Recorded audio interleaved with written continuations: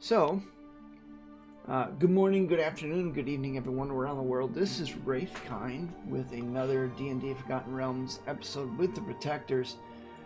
We left off, well, actually, who wants to do a recap while I continue scrambling? I guess I could do it. If I can... Oh, great. I took notes only on loot last week. That'll be very helpful for our recap. Let's see. Last session... There's a lot of role-playing. There was a lot of role-playing. It was mostly role-playing. Oh, Beetle got in touch with her Harper contact, the sister of the slain Lady Illustrial, and turned in the orb of teleportation thingy-madoogie that she had been assigned to recover from Marissa from Beetle's first game in this campaign almost 2 years ago. Beetle was promoted. Was last week when Dawn and Banner went on their little excursion? Yes. Yeah. Dawn and Banner got up before the rest of the party, like pre-dawn, snuck into the Gith-controlled part of town, snuck into their fortress. That's crazy. Impersonated Gith, and decided they were planning to try to blow the whole place up to punish the Gith and make sure that they didn't get away with what they'd done. And then they sort of downgraded their goal halfway there to let's try to get out of this alive and maybe steal some of those cool gloves that allow you to teleport your airship through planes. And then they downgraded again to let's just try to get out of this alive, oh shit. And then they turned into other Gith because their first Gith faces were discovered. Yeah, Dawn turned into a plant. And then Dawn accidentally turned into a plant. And then they got away.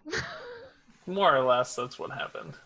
I feel like those were the two big things that happened, along with a lot of just silly role-playing. I mean, Emeraldi and Velis paid their loan, finally, after much discussion on the topic. Yeah. Part of it, yeah. Oh.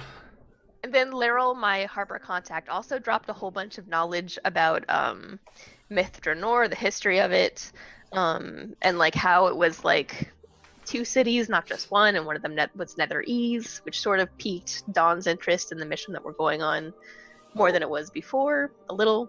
Velis also told everyone about the crown of the Ashen King or something like that. Yeah. And the thoughts of O, is that his name? Ayo. Yeah. Ao. Yeah, ow. And how they're probably what's behind these rituals. I pronounce it Ayo, but however you want to, tomato, Ao. tomato. Yeah, whatever. Banners not too picky about those things. Yeah. So anyway, he gave you guys the quick story that Beryl had passed on to him on that. Also, Banner stopped freelancing for the Harpers officially. Yeah. Yeah. And Beetle got promoted.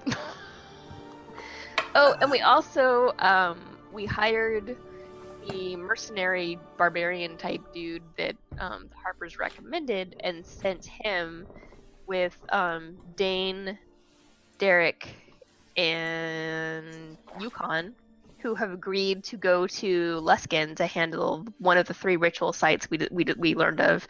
We also have hired an elite squad of Zents and another 100 mercenaries that they were given money to hire to handle the Lonely Tower ritual site, while the rest of us are about to, after we resupply in Everland, go over to Hellgate Keep, which is the 3rd and what sounds like the worst ritual site, so we're doing that one ourselves. They also they're called the Night Stalkers, I think. Yeah, that sounds about right. And I think we need to talk to Ross yet to send him with. Right. Before we leave Silver Realm, we have to talk to Ross because we're asking him to go as arcane artillery with the adventurers that are going to Luskin. Because they're all martial and divine type peeps. Yeah. And actually, the mercenaries, I believe you found them there in Silver Moon too. Which... Oh, we did? Yeah. Okay. Yeah. I think so. Yeah. I didn't realize. Well, basically simplifies things. Where So. it does. Actually, it was fairly easy to find them. Simply because of two reasons. Number one, wherever war is, there are mercenaries, and a lot of them. And when the war is done or tapering off, there's usually mercenaries looking for work. Number two, Silvery Moon being a large city in the north and pretty important in its own right, is basically the sorry, I got a little distracted there. The Zents have an outpost here. Probably not to the Lady Illustrial's liking it, when she was alive, but there it is. There was a Zentrum outpost there that you were able to contract the Yeah. didn't mean to move that. Contract the mercenaries. So actually they are probably going to be the first to leave the city as well as now remind me, I know you guys got a long rest. Dawn and Banner got up in the morning, did their thing. And that's where we left off, correct? Mm-hmm. With Lycum restoring Beetle's memory Yeah. of the Feywild. Yeah. Yes. So Oh yeah. that's another thing that happened. So it is the morning, it's still fairly early morning of the 7th of Marponeth, which is the equivalent of October.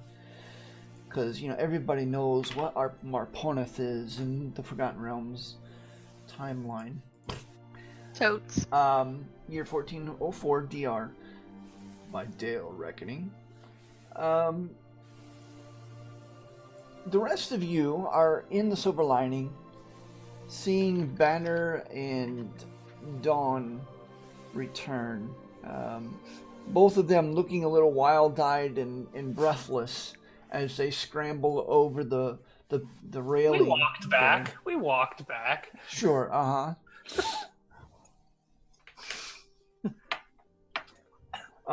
and before we go too much further, I put you did find the locate object. The other stuff, unfortunately, is some of that may have been available under normal circumstances. But However, there's just there's just too much has happened in the city. Okay. And whatever merchants that did sell that stuff either sold it or left. How much fleeing was for the their locate object lives. scroll? 150. Yeah, Okay. level 2 scroll spells or spell scrolls, I don't see as that big of a deal personally. Okay. All right, I'm back, guys. I'm gonna pick up rope trick, see invisibility, and locate object, 1 scroll apiece. Okay. Are they selling a mirror image scroll, Brian?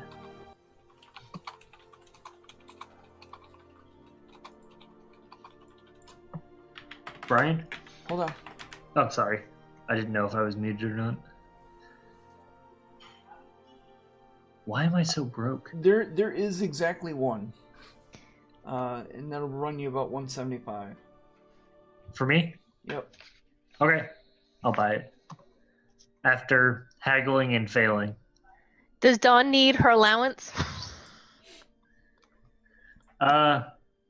Yes. All right, I give you 400 gold pieces. How is Don getting 400 gold pieces when you were only willing to split 1,000 between all of us? I said 1,000 to 2,000 between. I question these banking decisions. I said between 1,000 to 2,000 between all 4 of you. Beetle's not taking any. She's rich right now. She just got paid from somebody else. And Lycum never takes any. And Lycum never takes money. So. I like to keep a mirror. Oh, is there a filter of love? I already looked for you. Unfortunately. That's literally on my shopping list. Brian has learned from his mistakes. No. I enjoy giving you guys various items. I'm kidding. Learn So from if we got all that done here, do we even need to go to Everland? No. Yes. Well, you What? still need to pick up the captain. We need to pick up the captain, and Beetle has things she needs to pick up in Everland, and we really can't get all the supplies we need in Silvery Moon. Oh, that's right. Supplies for the ship. And actually, as you guys were asking around about a captain, several. We've had a long rest, have we? Yes. Well, not since you went to the Githyanki stronghold. No, it's still Okay. morning.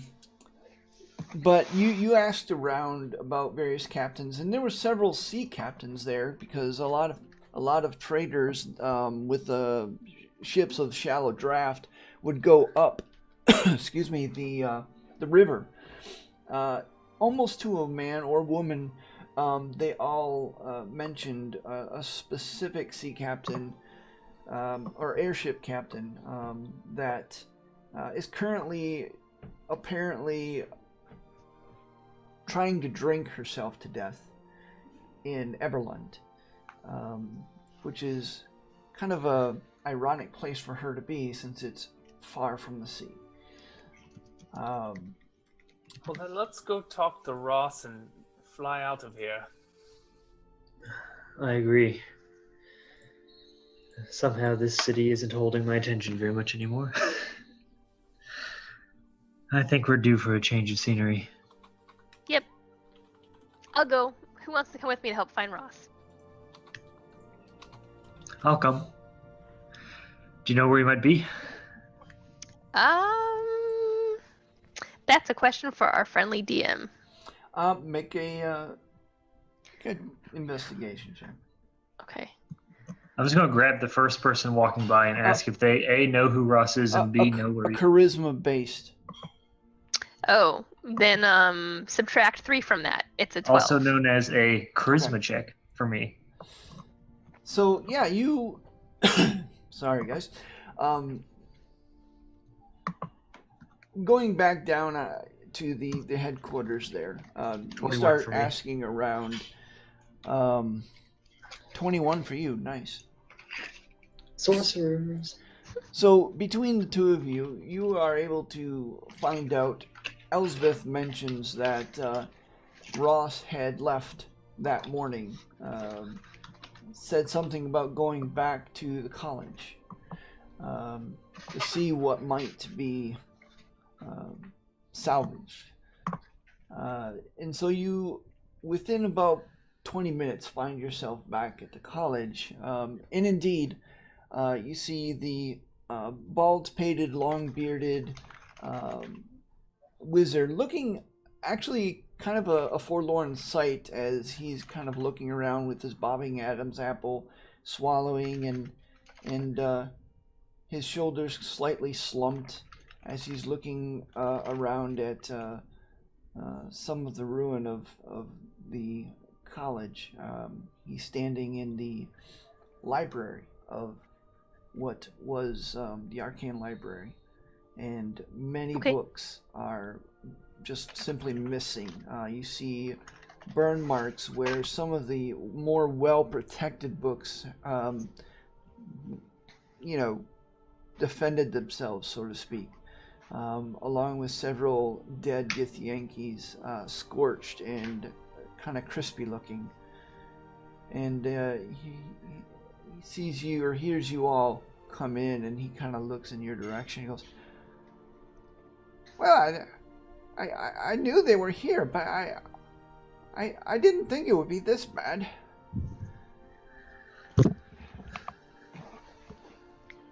Well, aren't they still in town? We could demand the return of these books. Well, the piles of books out in front, well, the burned ones. They didn't. Oh, you didn't see that yet. They what? Velis and Banner found that the other day. Beetle's face turns bright red. You've never seen her this angry before. What's wrong? They burned magic books.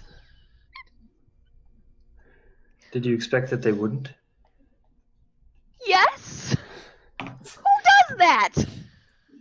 I don't know. They seemed pretty vile and despicable to me. I mean, has a method of operation. They try to weaken potential targets for future, let's just say, to revisit them, so that they're easier to raid. It's not uncommon, of course, but I had hoped, well, it wouldn't be quite this bad. Well, at least the rest of it's fine. And he snaps his finger, and where the ceiling is begins to shimmer like water on an ocean, and all of a sudden it just kind of dissipates into a shower of sparks, and you see level upon level upon level of this library, much taller than what the outside looks. The outside of this building is just a 3-story structure, but you're easily looking at a tower, as far as you can see, about 10 stories tall, full of books. Beetle looks up, and it's like you can watch her blood pressure lowering as her face turns from like bright tomato red, like to pink, and then back to like normal. You see Ross, he's like looking up, and he's got this wistful grin on his face. He goes, "Yeah, one of my better works. You did good, Ross. Not bad for a moment of desperation and 3 years of preparation." You hid all that from him? It's amazing what a pocket dimension will do.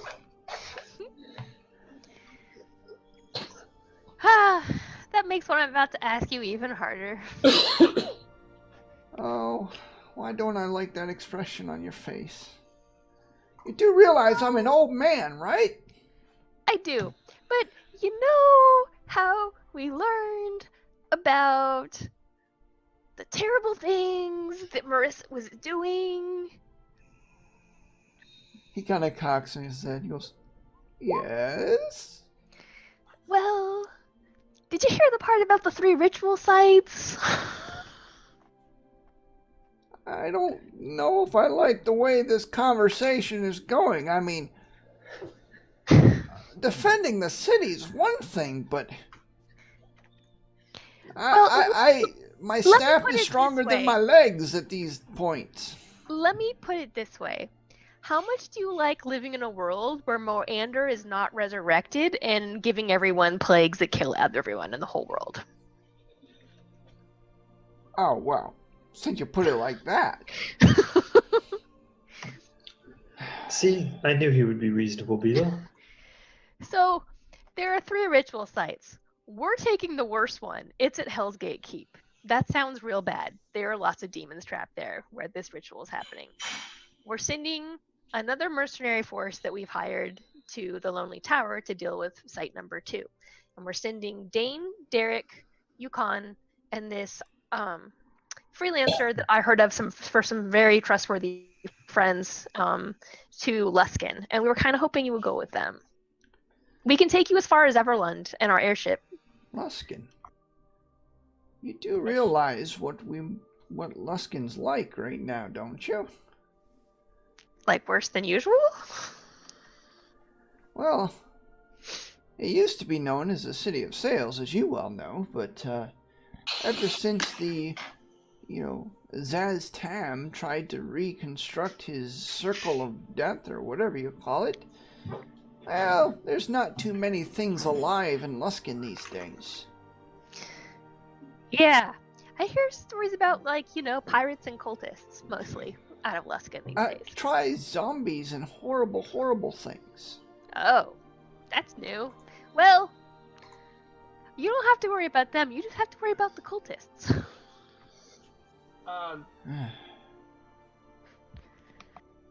Isn't the Lady Illustrial's son there? Oh, right. We also, we're having you guys stop along the way, I think in Longsaddle? It's in my notes somewhere. Yeah! Harples! Yeah, Harples. That should be a good time. It's been a few years. One of Illustrial's sons is there, and he knows a lot about Luskin, so he's being charged with the duty of being your tour guide to Luskin. Isn't that exciting? Well, That's one word for it.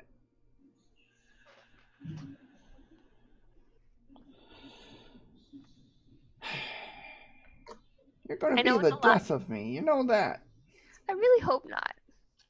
You know you're my favorite. Oh, now you're just buttering me up. Yeah, pretty much. But it's true.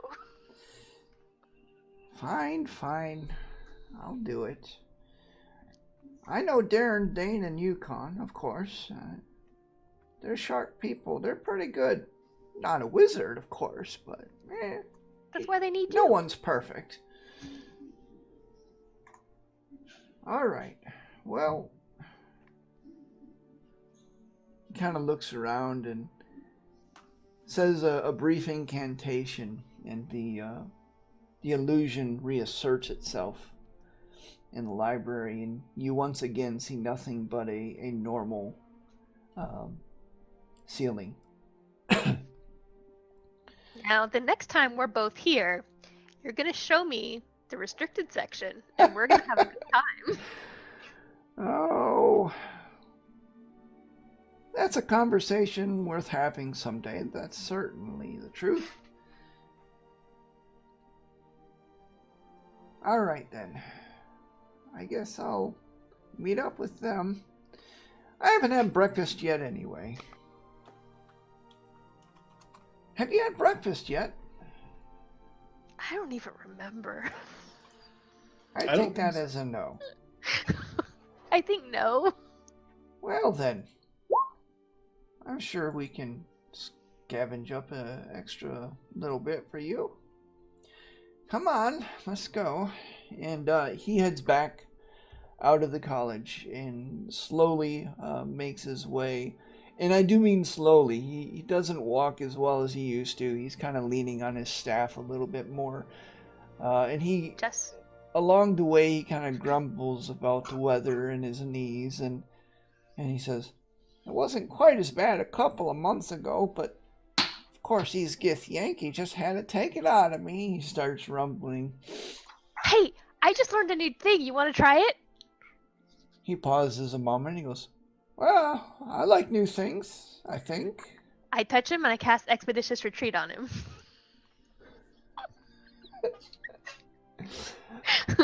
All right. Yeah. I don't think we've ever cast that one. I will cast it. Allow me. Hold on, I'll post it. Oh yeah, incredible pace. For how long? For 10 minutes. Wow. So, yeah, as you do so, he goes, oh my.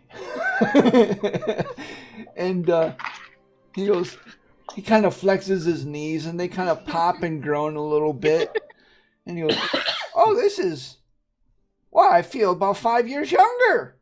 And he starts going, poof, faster than you've ever seen him move. And you hear him kind of cackling as, behind, as he kind of leaves you behind. This is great!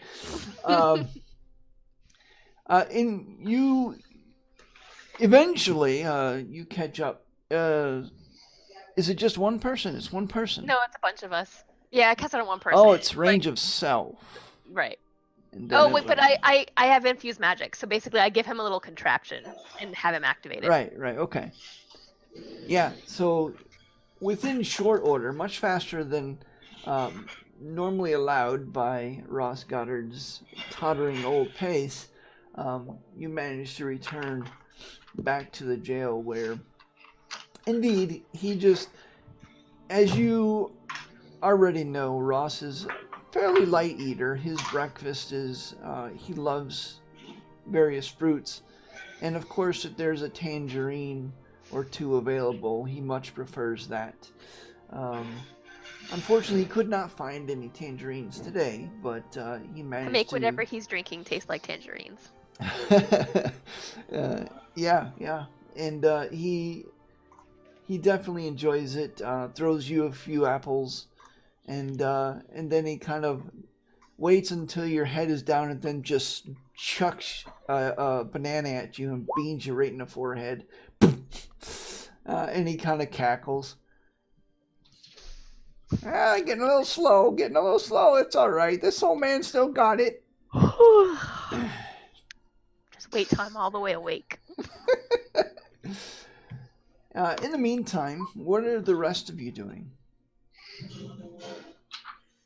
I wander back to where everyone else is. I assumed we were there, but I guess we're just waiting for them to get back and fly away. All right. I come back and tell you Beetle will be a little bit. Lycum pulls Velis aside, and it's like, "Good morning, Velis.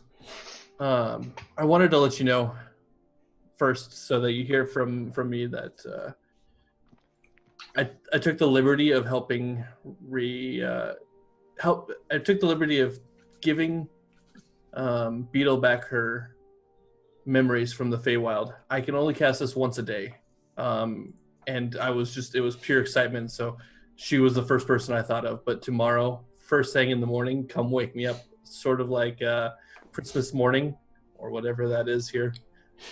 Festivus morning, whatever. Come wake me up and I will immediately cast that on you, my friend. Wintertide morning. Wintertide morning, there we go. Well, I look forward to tomorrow morning then. Yes, as you say, it will be like wintertide. Yes, indeed. I mean, Mana just told me about this ring. Could you put something special?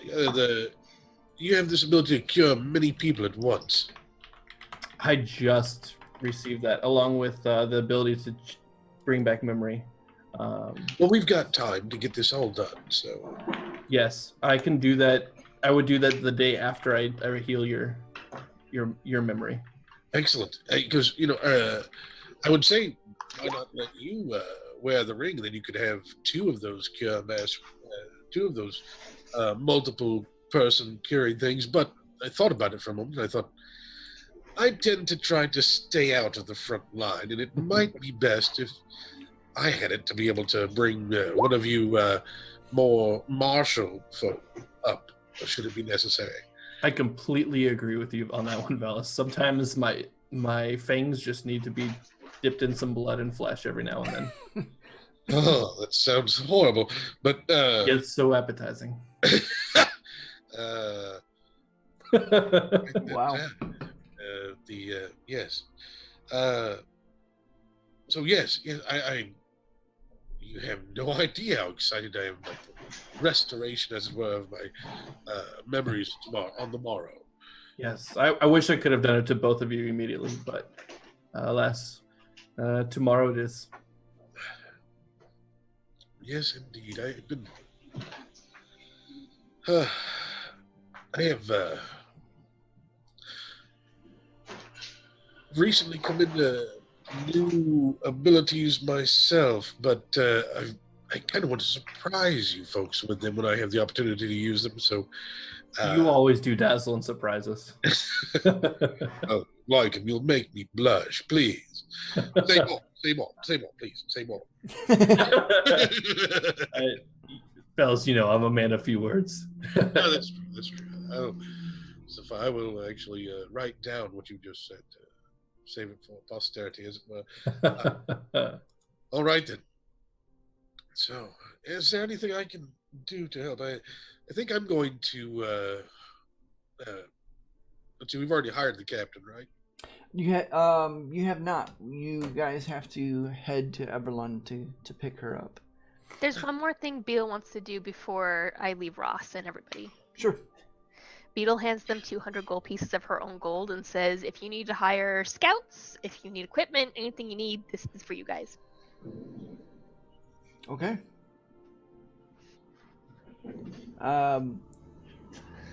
Yeah, Darren actually takes the money, and he nods appreciatively. And he says that he will take care of that. Velis. Yes. Just thought we'd do a morning ritual. I come over and cast mage armor on you. Yes. That is fantastic. Thank you. And I don't blow up. Yet. All right. So, unless there's anything else you guys want to do, I will say that you spend the rest of that day actually picking up various supplies, shopping, hiring crew for your ship, and they begin arriving at the headquarters there at the city jail. Great. They immediately begin set to work ferrying up supplies. As a matter of fact, one particularly industrious, more than one group of particularly industrious sailors of about 4 or 5 begin to kind of create this pulley system that they can extend over the side, and they put with ropes on there, and basically it's they put a few planks across 2 ropes so they can just put crates on there and pull them up. Kind of a makeshift crane, which the ship for some reason does not have because the DM didn't think about. And as they're doing that, Lycum changes into a sparrow and just jumps from crate to crate and rides it along the way. Yeah. And they kind of look quizzically at this oddly behaving bird, but say nothing other than just kind of shrugging, and then kind of flapping at it to shoo it away because they needed to get the crates to offload it, and they supply the foodstuffs and all this and all the other things that require water, of course, barrels and barrels of water, and so the rest of the day is caught up in preparations as sailors are yelling back and forth, and Banner and a few others are there trying to direct the flow of traffic as best they can in their unexperienced way, as they make the ship ready to go. All the while, occasionally throughout the day, you see Elspeth the Red and Taryn Hornblade come out on the balcony there and kind of watch progress. Taryn more out of curiosity and perhaps just a little bit of a glint of excitement in his eyes as he looks jealously on, and Elspeth, her usual calm, reserved facade, very well composed, though perhaps not quite as standoffish as she was before, as she actually, as you pull up the last of the supplies, oddly catches Velis catches your eyes, and at first you think you saw something, and then you realize that you weren't seeing things, as you see a small smile, a warm smile, kind of spread across her face, and she kind of gives you a nod. Then she turns her stiffly around on her heels and walks back into the her office there at the city jail. Oh. Well, never mind. Well, hold on. We have to. There's something we need to do first. I've heard that I heard stories about this once, and I go down below decks and I pull out a big bottle of ale, and I hand it to Beetle, and I say, "Care to do the honors?" Can I? I've heard about this one too. All the sailors kind of look on, and they look a little puzzled at what you're doing with this big bottle of ale. A couple of sailors kind of lick their lips thirstily. And Beetle says, "Don't worry, boys. That last load that you pulled up, those 5 barrels, that's ale for you guys for special occasions." You hear a soft murmur of approval kind of permeate the deck. I pull out my cittern and I go, Beetle, let me give you the ability to fly, to christen our vessel. I mean, if you insist. Then I play a jaunty little tune and cast fly through my cittern. Okay. Beetle zips over to the front and says, raises the bottle over her head. She says, "To our silver lining," and she smashes it across the pile. Even though you said what you said to the crew, you still see a couple of sailors kind of wince, and you hear one sailor, you hear one sailor going, "Oh, barrels, barrels," and all the sailors, a couple of sailors next to him, just kind of smack him upside the head. Out of character, I did deduct 50 gold pieces. I did actually buy five full-size barrels of ale for rations for the crew. I trust that you did. So I turn to Banner.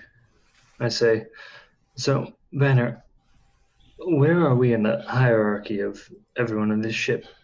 Like, do we have a title? Are we called something? Are we just the passengers? Can I point to that guy over there and give him an order? I don't know. Will he listen to me?" I'd say we're Lord Commanders, and that they are. How can there be Can't give us 6 any Lord faith. Commanders? It doesn't make any sense. All right. Well, technically, you and I are lady commanders. As a matter of fact, as you guys are having this discussion, several of the crew members are kind of looking at all of you expectantly, like waiting for orders. And Hey, you there. I point to one of them. Real Get the quick, ship underway. We'll be Out of- setting sail soon. out of character, Go we on. have the adventurers with us, right? We're dropping them off on Everland because it's Yeah, on yeah. Prepare to Ross cast and off. Derek and everybody. Oh, actually, let me switch I you say all guys that to too. the proper map here. I just give vaguely nautical sounding commands until they do something. Shore up All that right. jib. As, I tell as them to you prepare to cast off. as you I do don't know if so, that's something we do, but I'm telling him to do it. as you do so, you hear a few snickers among the crew, and a few more kind of roll their eyes. All right. Okay, guys. who's? Oh, wait, As wait. they Wait, I'm doing something. Who's the guy who snickers the loudest?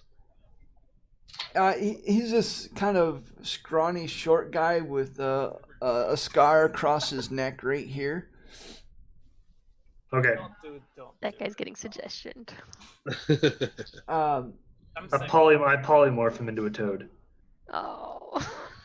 yeah. That's not the tone we So he want to turns set. into a toad, and the rest of you suddenly look, or the rest of the sailors suddenly look at. I'm not even going to roll because his roll is not going to be able to meet your DC. So, I almost wild Um, magic surge on that. but the rest of you the rest of the sailors look at all of you, and a couple of sailors kind of look wistfully down at the grounds, I maybe undo it in just a few regretting moments. their decisions. I literally smacked Don on the back of the head. Uh, Like, God. I undo it. A few of the He's sailors are kind of looking around, and one of them's kind of not looking very happy. Another sailor, not a big guy, but a thick guy that's kind of ebon skinned, kind of steps out from among them, turns towards the group, and he goes, "You heard her! Get it going! And man your stations!" And he starts barking orders, and everyone suddenly recognizing, the authority of command, from apparently some kind of experience. You don't know. Several of them leap to. A couple of squads leap in to and man the deck ballistas, and one runs to the helm and takes the helm and looks at you, Banner, that you were standing like right by the helm, and goes, heading, sir. Where are we going?" You muted Banner. Also, Brian, I turned him back into human. Okay. I didn't keep it up. It just spent like 10 seconds. Yeah, and as he was actually jumping, and while he was in midair, he turns into a human and falls flat on his face. All right, sky frogs, make way to Everland. The helmsman kind of looks confused, and looks over, and the navigator steps up, and she goes, that will be me, of course. And she tells the helmsman the heading, and off you guys go. I turn to the helmsman. I'm going to say one last thing. I say, look, we're going to pay you well. We're going to keep you guys safe. But you've got to do what we say. And then I walk away. As you walk away, you hear her say, and hopefully get us a more experienced captain. Ooh, Burn! That was really good. I like you. What's your name? Bill? Next time it won't be a polymorph. Next time it'll be a lightning bolt. What's the navigator's name? I like her. That was good. Always dominate person someone off the side of the ship. Is she a human? She is human. As she bows slightly to you, you notice that she has kind of the dusky skin, much like your friend. The new Beetle. acting first mate. And she says, "My name is Farah Sighir. It's and you recognize the name as being a Sharan name. I have navigated most seas on the face of Toro, even so far as Mastika once. We barely came back from that. Pleased to make your acquaintance." What was it again? Mastika? Farah? Farah Sakir. Oh, Farah Sakir. Sighir. Farah. It's Well, hold on, I'll put it in there. It's Sighir. well, don't let her push you around, Farah. That was very good. Well, you don't be a navigator of any import without learning to stand on your own 2 feet on deck of the finest vessels. Wait. Did you say Mastika? But once. It was a trading voyage, an ill-fated one. I thought that was just a myth. Would that it was. I care not to ever go back. What? But the sword's made of obsidian. You Dragon glass. You know, I have a job to do here. And Valyrian she turns steel. towards the helmsman and barks another order. The helmsman looks at her like, huh? And he just kind of shrugs, and he just like moves the helm just a little bit, and it adjusts maybe inches. And Velis decides to play a tune, and he starts strumming his sitar just to keep the morale good of the ship, and goes, "Well, what do you do with a drunken sailor? What do you do with a drunken sailor? What do you do with a drunken sailor early in the morning?" Yeah, and as you do that, all the sailors quickly take up the course as they join in. I turn to Beetle and Lycum, and I guess Emeraldi, assuming he's just around, and as they're standing there, and I'm like, Don's little.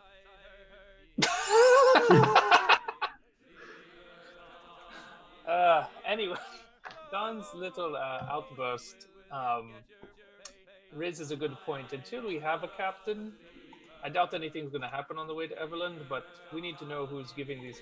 We should probably tell these people who to listen to, or one of us should decide. We should decide who among us is going to tell them what to do if something goes awry.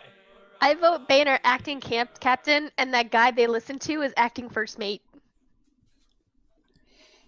Yeah, and actually, as you are saying all this, you notice that this thick-bodied, ebon-skinned man never really took it as a question, as he's been giving orders and kind of walking commandingly the deck, as he maintains the discipline of the crew. What's his name? I say, hey there, what's your name? Killing me. I hate you guys. The plight of a Samwise DM. Gamgee. Ah, my name is Jabir Marami.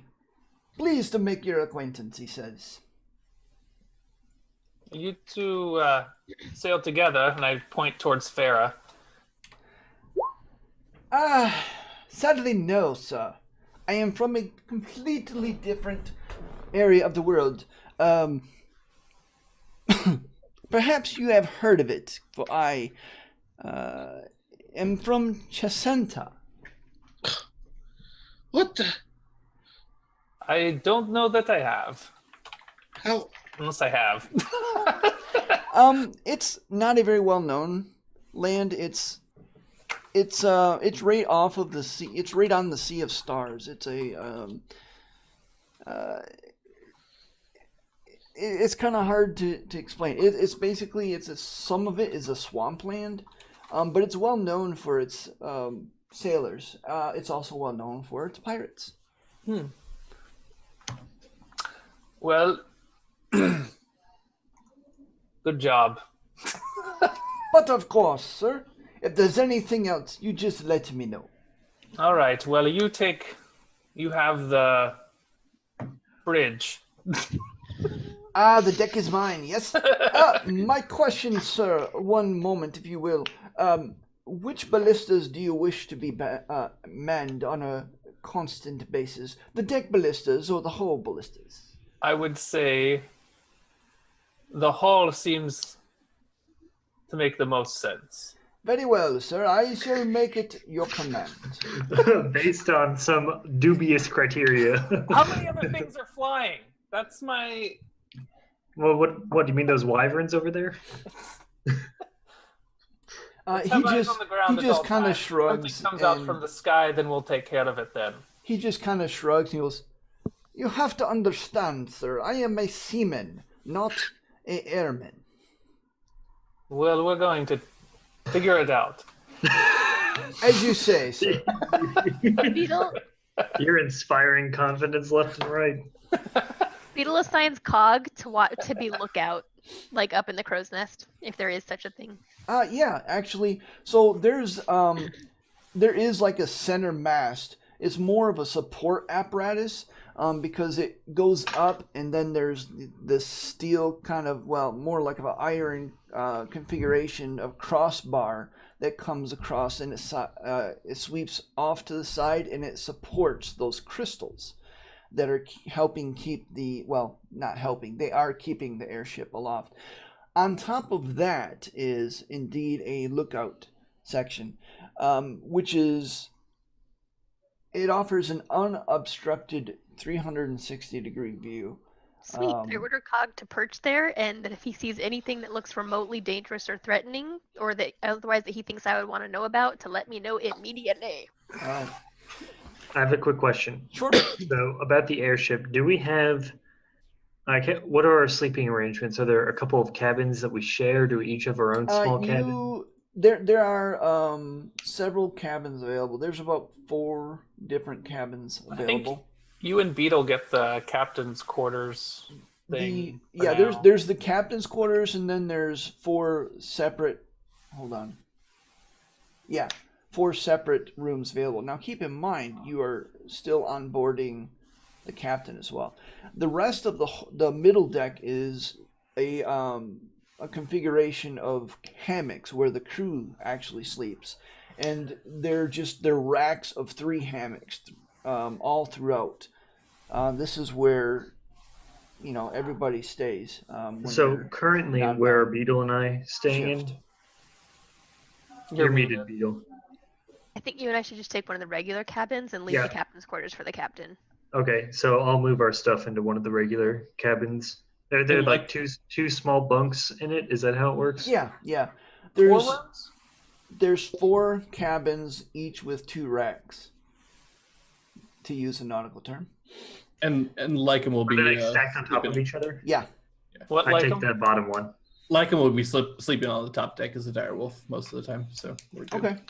I guess I'll... does that mean all the guys get their own room? Oh, all right. No, It's not okay. necessarily. Like all the crew has to bunk in the hammocks. No, but you said there are 4 rooms, right? He means the party. Yeah, the party guys. there's 4 cabins, and then there's the captain's quarters. So one for Beetle and Dawn, one for Banner, one for Velis, and one for Emeraldi, and Lycom's just Yeah, people and- loving it. Direwolf. And typically, if you want to award the XO cabin, that's usually a good form. All right. We should give this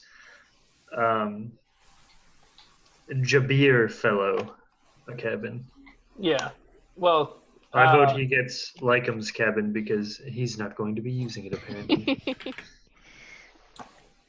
You know, I'd also like to take on some additional crew once we get to Everland. I've been thinking we should consider putting in an armory to keep our crew safe, and maybe an enchanter to enchant all the weapons, including ours. do we have money for that? We Are we all in do. the same place still? All right. We're Yeah. moving. Yeah. It's a mobile fortress. Is there like a conference room for us to like have tactical meetings in? There's the officers' mess, and then of course there's the crew mess. You guys would most likely be found in the officers' mess, which doubles as A war room? A war room. kind of a conference room, yeah, for officers. Go figure. All right, we're there then. I lean back and put my feet on the table. Command looks good on you, I saw Don. you sigh, Matt. Yeah, That- yeah. That was an out of character sigh from Matt. Oh, In character one. The better part of a day passes as the silver lining makes good time going to the southwest. Well, more south than west, as they head towards Everlund. You guys took off right around, I would say, 10:30, 11 o'clock. By the time about 7 o'clock p.m. rolls around, the sun is beginning to set, and you hear someone knock on the door of the officer's mess. Man, come in. Lycom's laying there in direwolf form, by the way. Just All right. I'm pretty sure The- no one's seen me in that form yet. Velis, let them in. Oh, God. Beetle just uses her mage hand to open the door. Thank you, Vito. The XO, the door, opening the door reveals the XO, and he goes, "Everlund be in sight, sir." All right. Wait, we left at night. No, So we left- we slept before then. We said all day gathering materials. Oh yeah, you left at night. Oh, My so we bad. So slept. it's like Good morning. it's like 10. Yeah, long rest. It's like Okay. 11 in the morning. My bad. You're right. I I was like, totally wait, apologize. this doesn't add up. Like, Don just wanna wants make those sure I spell wasn't going slots crazy. back. I just want to make sure I wasn't going crazy. And No, yes, I won. No, you weren't. I don't know. I made a mistake. What do you know? All right. So I'll yeah, come up- it's about It's not Everland, it's Hell's Gates. it's about let's see, you would have left at, yeah, it's about 10, 11 in the morning. Tell the helmsman to circle around Jabir. I'll come up to show him how to land. He nods Oh, I at wanna you, see this. um, I could put them. and heads back topside. What do All you right, do? I'm going up to land this bird and show our helmsman how it's done. All right, yeah, you arrive at the helm and kind of politely but firmly take control of it. Man, this is not necessarily do a you Just got to a be clear, I'm vehicle. only bringing it in. I'm not actually landing it on the ground. I'm just bringing it in to do the same sort of like over the top thing that we did before. Like lower the cargo nets and stuff. Yeah, so we like can be climb low enough that we can throw down a ladder. I just want to be clear that I'm not putting it on the ground. All right. Yeah, and you see the familiar sight of Everlund, the high crenellated walls of granite guarding the city. You see from your elevated position the market, the excuse me, you see the bell market with the bell tower there, and the enchanted bell of Everlund now, having returned it yourself some time ago. As the airship kind of silently swoops down over the city, you actually hear shouts of alarm from the guards, and you hear the bell. Okay, I was gonna just one more point. I wasn't gonna pop it over the market either. Like I was gonna. Well, like, you put it didn't outside the really wall. specify that, Okay. so be a little I bit said more. circle around the city and then I'd bring it in. All Bring right. it into. How are To you going the to south. approach a city here? All How right. do you want to do this? Well, either way, the alarms are going off. I'm putting it down outside the city gate. All right, fair enough. Yeah, you lower. Silver Lining descends to about its regular 35 feet. The cargo net is thrown overboard, and you see, of course, hustling and bustling. A few of the merchants that were approaching the south side of the city, to go into Everlund, see the airship kind of swinging around, and you see wagons like careening off into the forest as a couple of merchants are going, yeah, yeah, and just slapping the heck out of the poor horses as they're just trucking it. You see a few of the guards, they kind of holding their weapons. They're like white knuckling it, and one of the guards goes, So- and then just drops his weapon. Judging by the response we've gotten from this town, I think, Banner, that we might need to think of creating a banner, as it were, that we.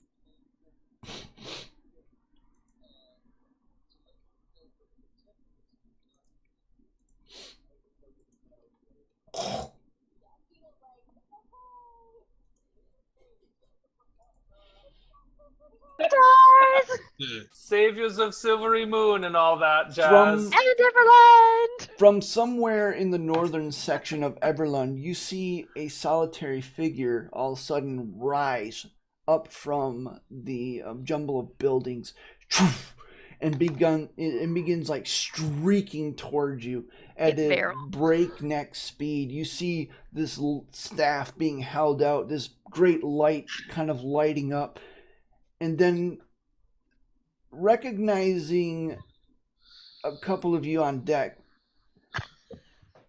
the light kind of dissipates and she just kind of hovers there a few moments in the air. Farewell! Hi! I She forgot. knew we had the ship. Why didn't she tell them? I think, Banner, that we were supposed to tell how we were coming. Oh, I think I may have forgotten that. Relentless.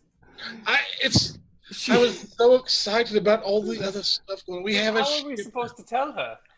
She makes her way to the rest of the way to the Silver Lining and alights gracefully on the deck.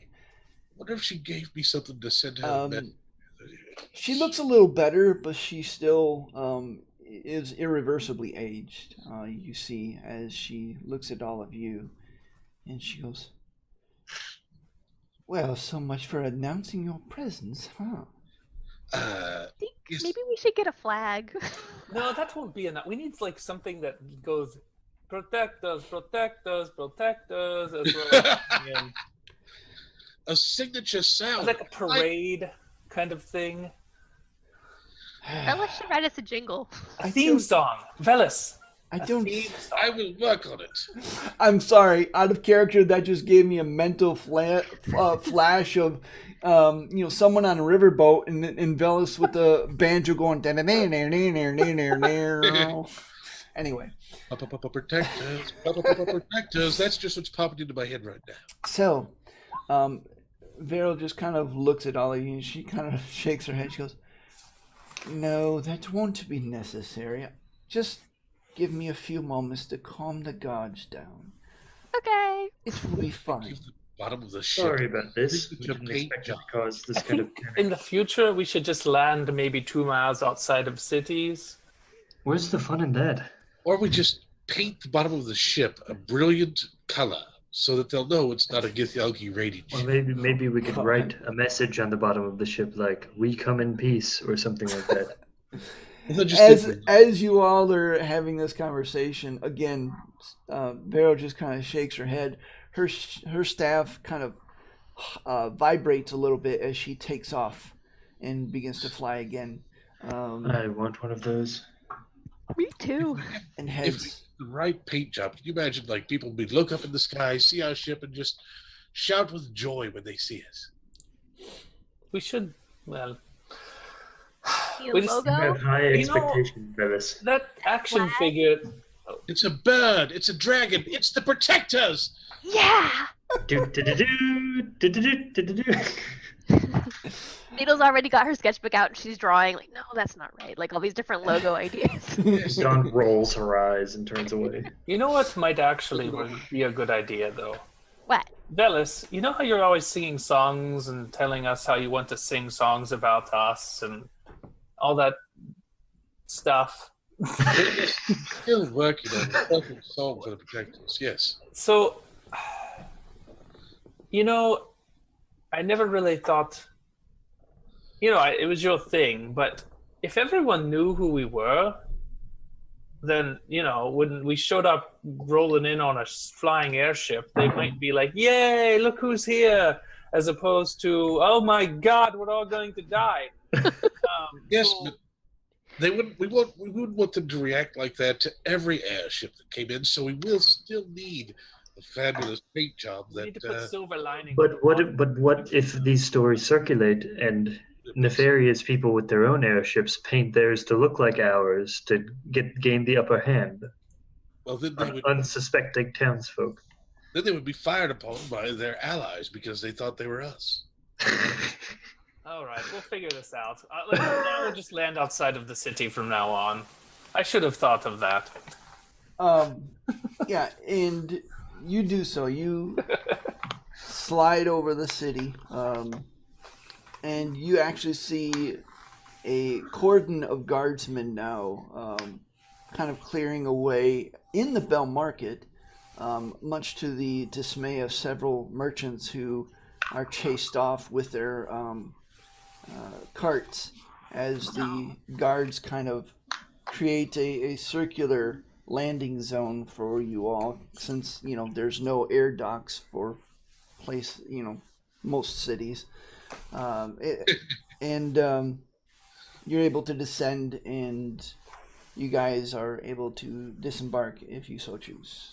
Yep, Beetle makes a beeline for the bent bow because she's been waiting to get her wrist crossbows for her ongoing project for like months and months and months. Yep. And I- you can. I'm just looking for mark it Oh, one Beetle, thing. before you go, give Jabir and me the gold to go outfit the ship.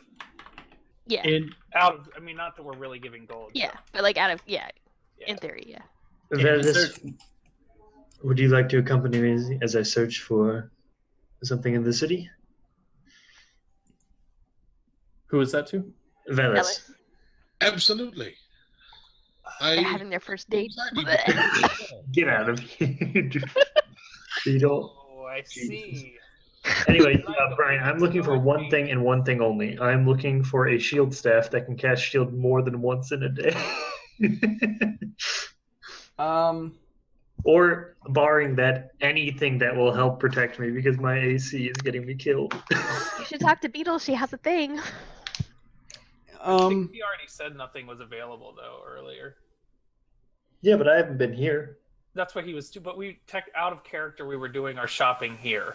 Yeah, but I got my shield staff in this little town. So Okay. maybe. Yeah, who you knows? did get it from Tribor. There was a merchant in Tribor that was, oddly Selling- enough, it's kind of freaky. I remember this stuff. Selling defective shield staffs. Well, it was the best that he could do. Post spell plague, enchanting of items isn't by no means a perfected. Yeah, it's process. totally fine if I don't find anything. I'm just going to spend an hour with Velis. I will say the DC is going to be high, but I will allow you to make investigation check. Velis, I will assist. may I perhaps have an inspirational ditty? Yes, indeed. know that you will find whatever you need to find. That's all I can think of right now. Sorry, I was unprepared. I feel inspired. I am going to take his assistance for advantage. What is this check? Investigation. Yeah, investigation. Make it charisma based since you're, asking around and talking So to people. basically a charisma check. If that's what it is, yeah. That's what it is for me. Oh, I have advantage on this because he's helping me. What's your inspiration die? 1d8. I'm just going to use it on this regardless of the Yep, result. 1d8. Oh, now that is a roll. Roll the 1d8. Oh, you already I did. did. I did it all at once. I preemptively rolled the 1d8. All right, That's the same Beetle got for hers earlier. let me see here. She tried to find you your filter of love, but alas. Velis. Well, I can't congratulate you yet. Never mind. I have to wait and see what he says. You do manage to so there's a merchant. As you know, the Bell Market is a little bit of a transient market. A lot of merchants passing through to other places stop for the night and set up shop before going on the next day. One such merchant, ironically the one from Tribor, because he's now on his way to Silvery Moon, kind of looks at you dumbfoundedly as you walk up, and he goes, You again? "The staff! The Yeah, I point at him and I like wave it around. yeah, I have a couple of improvements. There was something that, well, here." And But I'd be happy to see what you have. Oh, I can't believe I'm he lucky pulls enough to out find you this. again. Do you get many return customers? Well, no. Well, I mean, once I reached Silvery Moon, yeah, but I delayed going there because I heard about, what's going on up there. And Well, we just came from there, and it's safe now, so you should go. oh, well, But that's it's a good thing great. you didn't go. It's a good thing you didn't go earlier. Oh, but it's safe now. It is. It is. Well, fair enough. Well, I'm still learning. But I did manage to put this staff together, and he pulls out a staff, and it looks just as plain as the staff that you had, with the exception that it has a few more runes etched into it. And Knowing nothing about enchanting, Dawn is impressed. yeah, and it's only on like one side of the staff. It's like, your It staff goes from has 3 runes to 5. yeah, yeah, and actually, you're make an intelligence check. Oh. Actually, make that Arcana. Same difference, Same thing. probably. 2. All right. The only thing you know is that one of the runes is on there twice. Don't know what that means, Okay. but Would you like Anyway. to look at that for you? No. this took Well, a what lot does more it do? work than the other one. But I mean, it's like the staff you have now, except for it won't break, which is always nice. I'm told, and well, you can use it twice and a day, but that's about it. Well, this one, I hold up the one I bought from him ages ago, has served me well, so I would be happy to upgrade. How much are you asking for? Well, if you're willing to give me that staff and buy this one, I'll charge you. And he's counting on his fingers. I quickly rub off, and he scuffs on the staff that is picked up over the try. I use prestidigitation to clean it. 250 gold, 300 gold.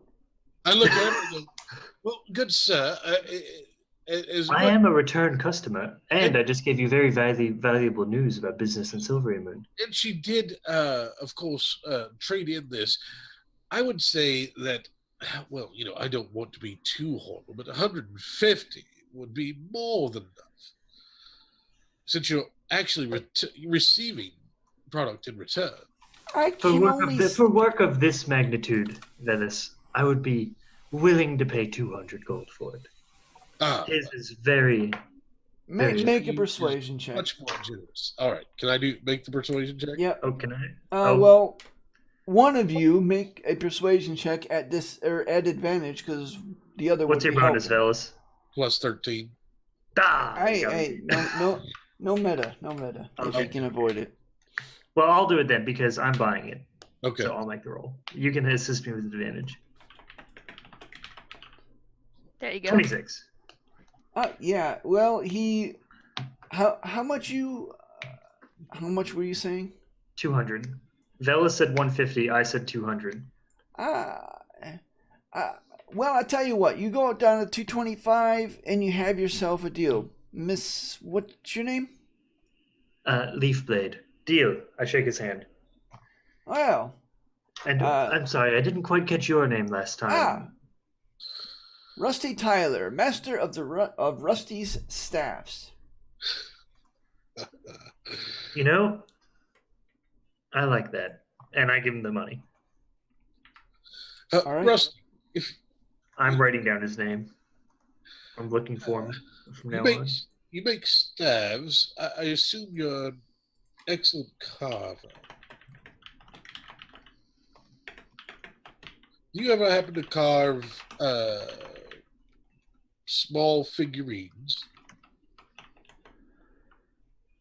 Rusty looks at you. You talking to me? Yes. I assume you make staves. You carved these runes here. Do you carve anything else? No, these arcane runes are pretty much what I do. Okay. And a fine job he does. Indeed. You wouldn't happen to know of any carvers around that maybe carve figurines of birds or... I have some female friends that I need to purchase gifts for. Well, there's Vanessa Smedley. I think I heard that she was passing through too, but I'm not sure. Last time I saw that she was at the Dreaming Dragon this morning for breakfast, but that's about it.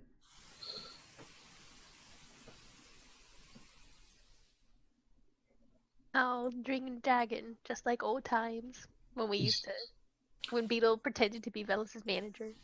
Well, After Velas... 5 minutes. I need to find some figurines. Birds, dragons, Pegasi, griffins, whatever. Well, she's known to be... I know her is fairly skilled. If you're not looking for anything magical, it's probably right up her alley. Excellent. All I ask is that they're of moderate or better quality in appearance. Just because I don't want to give anything cheap to my ladies. Well, she could definitely help you. Excellent. What did you say? Vanessa Smedley. Vanessa. That sounds familiar to me for some reason. Is her hair red? No. Her Must be someone else. Kind of a black-haired, pale-skinned woman. Certainly not who I'm thinking of. Yeah. All right. So, what are the rest of you? I promised to buy Velas a drink. I'm gonna go with Beetle so that the two of us can find this captain too while we're at it. All right. Yeah, you managed to. Sense. Yep, you managed to ask around about the captain. You were gonna say something, Beetle? Yeah, the only thing we didn't get to address is whether Beetle's able to find any cool, like, either fire ready or thunderbolts or anything cool crossbow bolts with the bent bow. You were able to get the exploding bolts. Basically, it's gonna be the same stats as you had before. Okay. Do you remember those? 'Cause I don't. I might have them still exploding. Yeah, But just for the purposes of... All right, I'll figure that out in a minute. Okay. And Lycum wanted to go with Beetle and keep an eye out for something as well. All right, Banner, what? I was just gonna say we'll give Jadir the gold to stock the ship, and I'll go with Beetle Ship's to get her already things. stocked. Oh, okay. All right. Yep, all that was done in Silvery Moon before he left. I thought. Okay. The only thing you're missing is the captain. Okay. And as far as I know, that's the only reason why you guys came. Okay. Correct? Sorry about all the extra. No, I'm just trying to figure out where we're going and what we're doing. And we're dropping off all of our adventurers that are heading to Luskin here too, because we're getting them this far. Yeah, Yeah. yeah, and Yukon, Darren, Dane, and Derek and Ross, whew, are well and truly on their way. Matter of fact, having had a good night's sleep, they didn't even wait around. They were already geared up. They headed off towards the north, and they actually stopped. You guys would have noticed them stopped by another familiar figure, Adra Farquhar, the dwarf that initially suited most, well, actually, some of you, most of you, with cold weather gear way back a long time ago, sitting on his crate, whittling his stick, and Yukon actually makes a beeline towards him as if he knows exactly where he is, and throws him a pouch of coins, and Adra kind of hefts it, shrugs, and then gets up and just leaves. And when he leaves, he actually leaves behind a couple of startled assistants going, "What, where are you going?" And he just said, "Watch things till I get back." And off they go. Meanwhile, Beetle and Banner, as you And like ask around, and like him, as you ask around about this captain that you had heard about, you also are quickly referred to excuse me, man, this day, a place called the Stag at Bay. I'm not sure if any of you have actually been there, but as you walk in, you see the Stag at Bay, a fixture in Everlund, is was actually part of the original trading post, probably several hundred years ago, when Everlund was just a literal trading post. Along the wall opposite the bar, you see the tapestry for which the tavern is named for. The tapestry depicts an elven hunt in which a stag is holding hunting hounds at bay as elven hunters on horseback charge to catch up. Making quick inquiries, you find a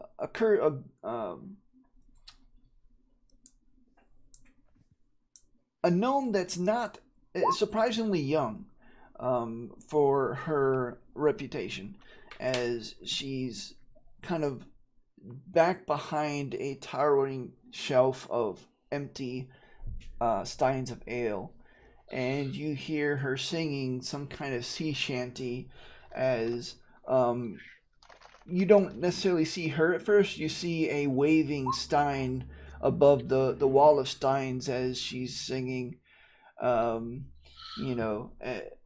then between the end of the chorus and the beginning of the chorus again, you hear and another stein joins the stein wall.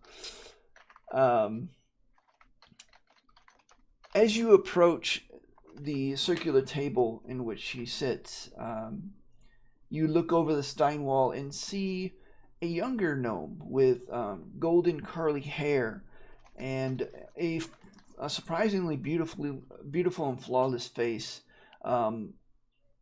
that is basically, her eyes are half shut, and she kind of looks at you, and she's quite clearly drunk, and has been for God knows how long. And she goes, "Buy me an ale before you ask me something or tell me a story, and you can sit down. Otherwise," she quickly produces a dagger, "get away from my table." An ale it is. Barkeep. She reverses a dagger and stabs it into the table, and she goes, "Another ale!" she yells. She's a gnome. Yep. Okay. Which is self-evident by the fact that she's sitting on a regular-sized chair, and her legs are kind of dangling and, swinging like a little kid's, as she launches into another sea shanty. What do you do? I'll tell you what. We'll offer you an ale and a story.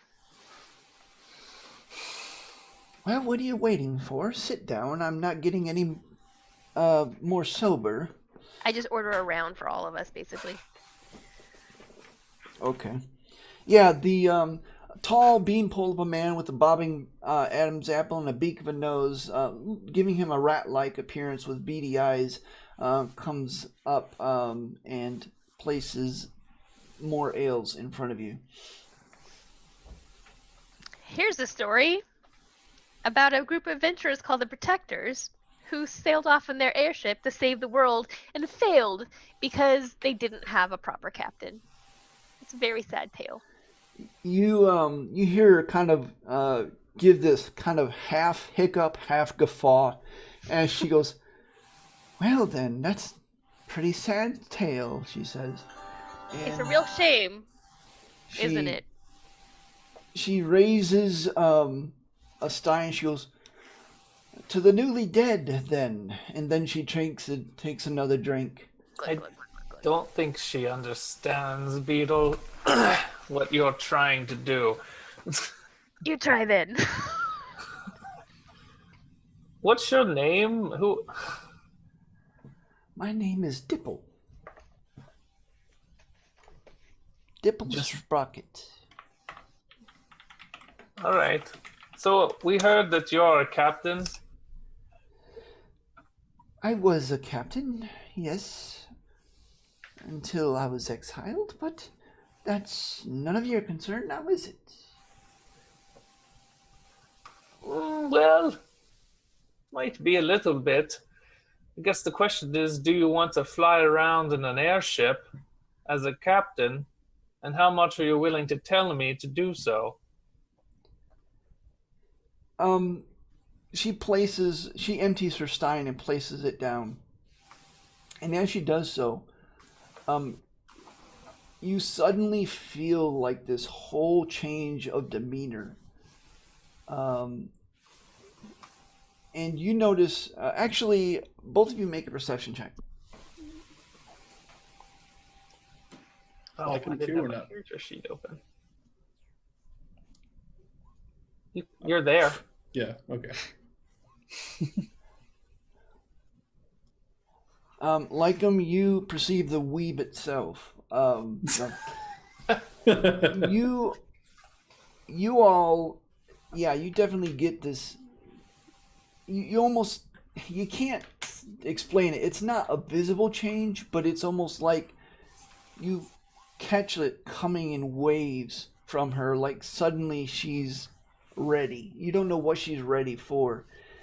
And that's when Lycum in particular notices that she has fist wraps on her fists, and you notice that her garb is not what you would expect any gnome to have, as she has kind of like this tunic that crosses over and this thick belt. It's actually more a rope tied around her waist. You notice that the dagger is the only thing that she has, but in her pouch, kind of peeking out the top of it, you see the top of a shuriken. And she kind of raises her head and fixes Banner you with clear, surprisingly, I still can't say that freaking word, surprisingly clear blue eyes, and she goes, "Fly again." I thought that might get your attention. But first... You have an airship. Oh, we have an airship. Didn't you hear the alarms go off? I thought that was just in my head, quite honestly. Now we need to work on our entry. Yeah, maybe you can tell us a little something about that. But since you mentioned being exiled and not being a captain anymore, I feel it would be ill-advised for us not to at least ask what exactly that happened. A difference of opinion. That is all. If you want to know more, then you'll have to... Well, it's none of your business, quite frankly. I will be a captain if you pay me, and you will be hard-pressed to find another better. Insight check. Go ahead. What are you inciting exactly? I'm trying to see if she's full of crap. What about you, Jeff? Yeah, that was. I'm trying to figure out how much of the truth is she going to give, and how hard is she going to push back on us, continuing to inquire. There's steel in her eyes, and you immediately get the feeling that pushing her on the reason why she finds herself in a nearly landlocked city is not going to get you anywhere, at least not right now. But you sense no falsehood in her. She's being completely honest, at least to her own reckoning. She believes that you will not find another captain anywhere better than her. Lycum looks over to Banner and says, the past is the past, and we need a captain dearly. She's like this blonde-haired, blue-eyed gnome. Mm-hmm. That's just... Okay. Banner looks... And she has no visible weapons on her. Right. Banner just doesn't trust gnomes. It's not that. I'm just thinking out loud. Like I'm wondering. I want to see this. I mean, come on. There's the sealers that we have, and there's this tiny little girl. This looks like a China doll, and I just want to see her command them. Are you saying that to her? No. I'm just thinking Banner's thinking that a little bit. Okay. For better or worse, I'm not. Not. All right. He's just sort of studying her, and he's like, kind of shrugs. Like, I guess we'll see. She kind of looks at you, and she can almost tell what you're thinking, and she goes, "Oh, don't worry." She picks up the dagger, and she goes, "Hey, barkeep, here's your dagger back." She throws it. It goes with unerring accuracy, and it lands right by the barkeep's hand on the bar, like millimeters away, and he goes, and he just kind of... Not bad. I need to be a little bit more drunk. You do have ale, right? I don't operate without ale. Is that the best policy? Of course. Raleigh would certainly agree. Look, you don't know me, I don't know you, but trust me when I tell you. You want me to have ale. Fair enough. Which Rose was there? Well, welcome to the crew of the Silver Lining. And I put out my hand. She grasps your hand in an iron grip and shakes it once, and she goes, "Right. Where's the ship?" "Wait, Silver Lining? That's a cool name. Hey, yeah, it is. How many crew you have? Any good ones?" Yeah, we got one guy who definitely knows what he's doing. And the navigator. We have a good navigator, and we have 40 Die. evil seamen who've never been on an airship before Yeah, a couple days ago. I had to land it when we came in. Right, well then. I'm sure you'll whip him into shape. She cracks her knuckles and she goes, "It usually takes a few.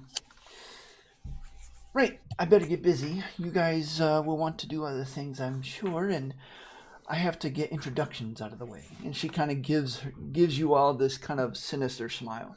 I'll take you back, and Banner shows her where it is. Okay. Because I want to see this all happen. It's only $5 a month, right? All right. So, is there anything else in Everland you guys want to do? Beetle's gonna go lay in some good ale for the captain. All right. Rob, Yeah. Rob, So like- a good ale will cost you Uh, probably twice the Okay. price. I'll lay in two barrels of good ale just for her. Okay. Hub. You all gather back, I'm assuming, at the Silver Lining, actually early in the afternoon. Banner, you accompany Dipple back to the Silver Lining,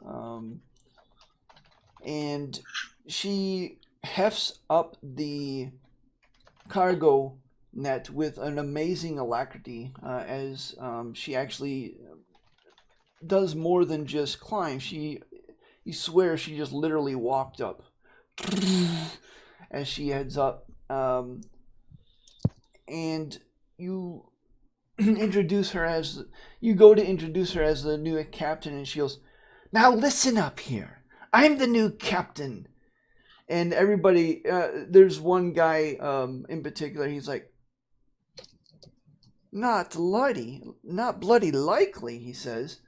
And she doesn't even blink an eye. She flies across the deck, jumps up, and kicks his head just off the side of her head.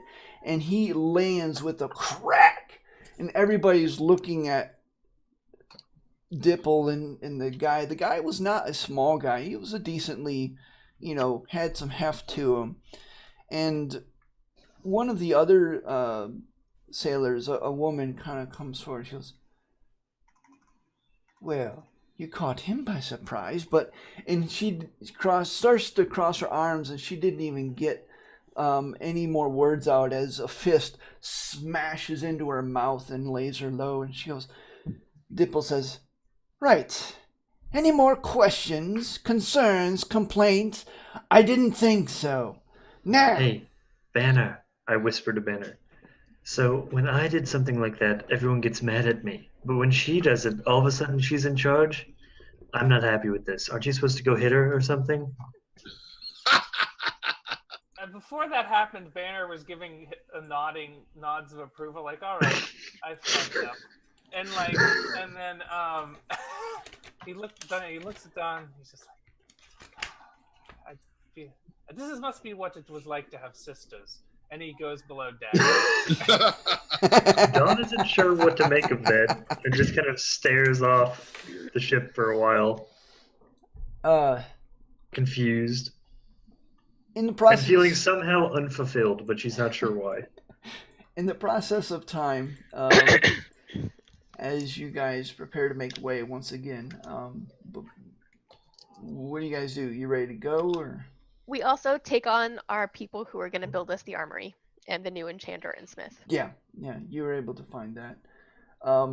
Presumably, I'm going to kind of retroactively say that you managed to get the enchanter in Silverland.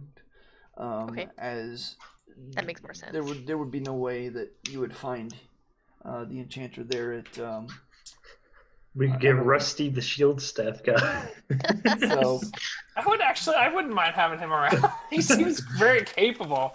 Hey, he improved on his wares significantly. Is it Dipple Cog something? Sprocket. Cog Sprocket? No, Dipple Sprocket. Oh, I was gonna say that seems like overkill.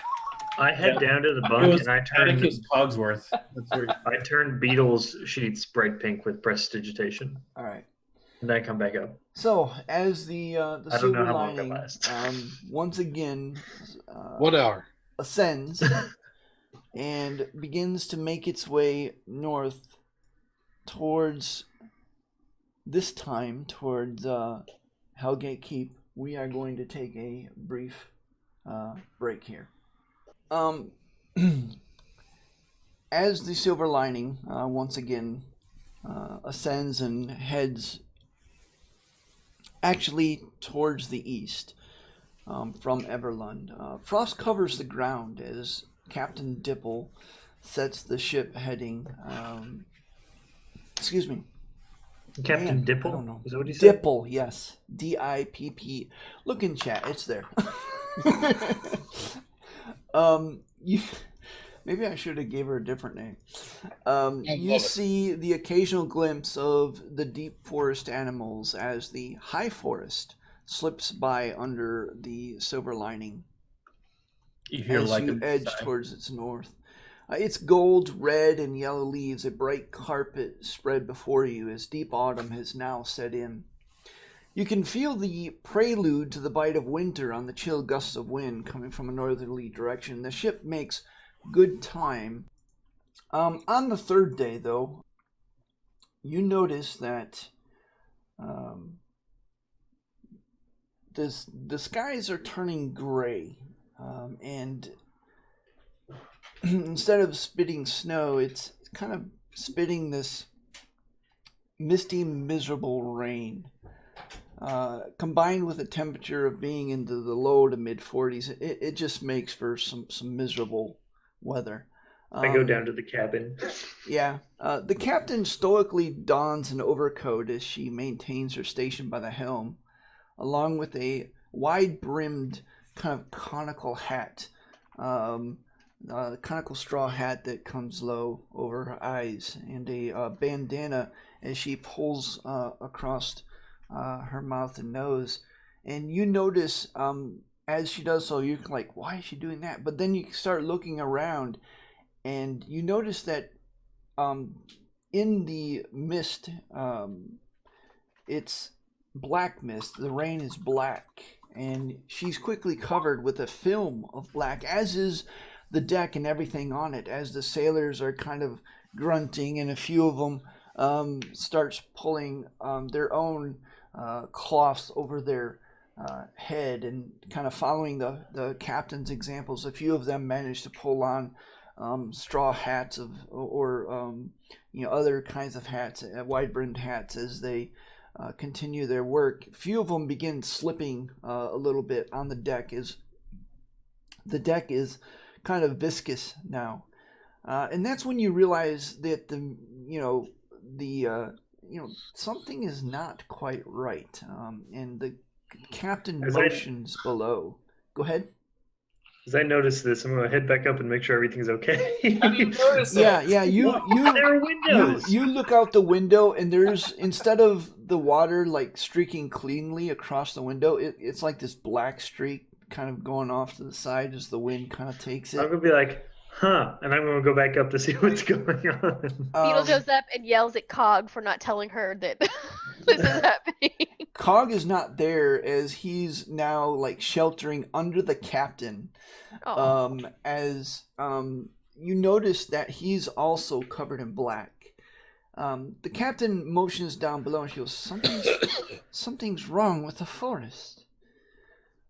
It's not the first time we've been in weird forests. That's true. Lycum's gonna have his head over, trying to look at the forest, seeing what he's being able to see. Yeah. I'm gonna try and perceive what's going on as well. Yeah, you were both shocked to see miles of trees that are now blackened husks, devoid of foliage of any kind, as you recognize the ravages of fire on nature. You see occasional groups of charred animals the fire has left in its wake. Here and there, a fire still burns. Oddly, as you're looking, other fires just seems to spontaneously and then just kind of flame out. In short, the land has turned into an ashen wasteland. Captain, this place hasn't always been like this, has it? She just shrugs. She goes, I'm not from around here, but... Lycum? Have you heard of this? Out of character, aren't we over the high forest? Yeah. We are. You are currently approaching... You're not far from Hellgate. Hellgate we're over the high forest? Sorry, I didn't know that. Dawn would know that. Yeah, that's why I'm pointing it out. So, how far away from my home? What's its name? Roughly 140 miles. Is this like a localized occurrence, or I've never heard of anything like this? As you're looking around, and you can see, even though it's kind of misty and gray, cloudy, and the visibility isn't that good, you can still see at least a quarter mile in every direction of the forest. And this is, you guys are in the very northern tip right here, right approximately here. Come on, Brian. You are on the late afternoon of your third day. approaching Hellgate Keep. This is not normal. This is something that, under normal circumstances, would never even have been allowed to happen. So how far is this from my home of Mistleton? You said 100 miles? About 150 140 miles. And it's obvious that this doesn't spread all the way there from what we can see. No, it seems localized. Okay, but Dawn is still shocked since she's never heard of anything like this. Yeah, like him as well. Her face goes ashen. Yeah. Okay, so I've never heard of this happening before. No. Nope. Like him. What's happened to our home? I don't know. This is I've been all through the High Force and I've never seen anything like this before. Not even. I've traversed a good part of it as well in my time, but this is bad. Do you guys want to put down and take a look around and see if we can figure out what happened? Is it safe? That's likely the result of us getting closer to the Hellmouth. That would be my Captain, how far are we from Hell's Gates? demon rain. She kind of clears her throat and she kind of motions her chin forward. I peer through the rain. In the distance, excuse me, man, I don't know what's coming over me. I hope I'm not getting sick. It's this black rain. It is. In the distance, you see an abrupt triangular rise in the terrain, giving birth to a mountainous approach devoid of its peak. It looks as if someone had created a mountain and then slammed a triangular hammer in the middle of it, creating a deep depression. You see kind of like a volcano? Something like that. You see terrain features that hint at the presence of a crevasse on the southern side of the mountain. By the way, you're approaching it from the west. But you see hints of a crevasse on the southern side of the mountain wall. You are also able to notice that this area seems to be the most heavily burned. As the silver lining silently and slowly, more slowly now than the cruising speed, is heading towards this area. And she goes, well, there it is. You also see an orange glow coming from inside the hidden canyon, as well as a thin, ululating thread of blue arcane power that is rising and bending towards the west from actually more towards the northwest. Is that like it's felt Is like? Is it originating from the crevice? It's originating from inside the canyon. Okay. And it's bends towards the west before it's lost in the clouds above. Above the hidden canyon can be seen a thin layer of fog as intense heat presumably rises up from it and evaporates the precipitation. Has our armory been completed yet? It took 3 days to get here. Armory is 3 days, right? Yeah. Yeah. Okay, they will have at least we. They're almost done. It'll be done very, very soon. Well, I suggest before we go any further, we wait until the construction of the armory is complete. But first, Don, let's go survey, not specifically Hellgate itself, but I want to go check out the High Force around it. Yes, I want to get my feet on the ground here. So find out. Lycum instantly changes into a giant eagle and motions for you to jump on. I hop on, not wanting to waste a 4th level spell to do the same. All right. And as you do so, Captain Sprocket turns to you, Beetle and Banner, and Velis, and says, "Well, I'm not sure how well this will handle any heat, so I don't know what you want to do, but if that's as hot up there as it looks, it might not be safe for the silver lining." All right. Well, Totally up to you, of course. I am merely the captain. we should always could look always- from a distance. Yes. We could set in on foot to protect the ship. All right. Yeah. Which Dawn, you and Lycum are already gone. So, what are you guys doing? First, just going down to the regular forest, the part that's been charred, like the part that's been charred and where the fire's been, just surveying and trying to find out more of what's going on. All right. Make a. Are you landing or are you just flying over? Fly over, and if it seems safe, then I'll probably land so we can take a look at it for a few. All right. As far as you can see, as you're flying over to the north and east, and the surrounding area, or I should say, the area surrounding this this mountainous structure, wherein Hellgate Keep is located, you notice that there are kind of veins within the ground. They look like veins of molten lava. And they seem to be coursing just under the ground. And as you watch, you see a fresh stand of trees kind of go up in flame as the vein of lava, once it hits it and just combusts it. You actually, it's so sudden, and the moisture escaping the trees is so violent that not only does the tree combust, it explodes as shards of wood go everywhere, and the top of the tree just kind of lands and starts burning. What the hell was that? Ka ka.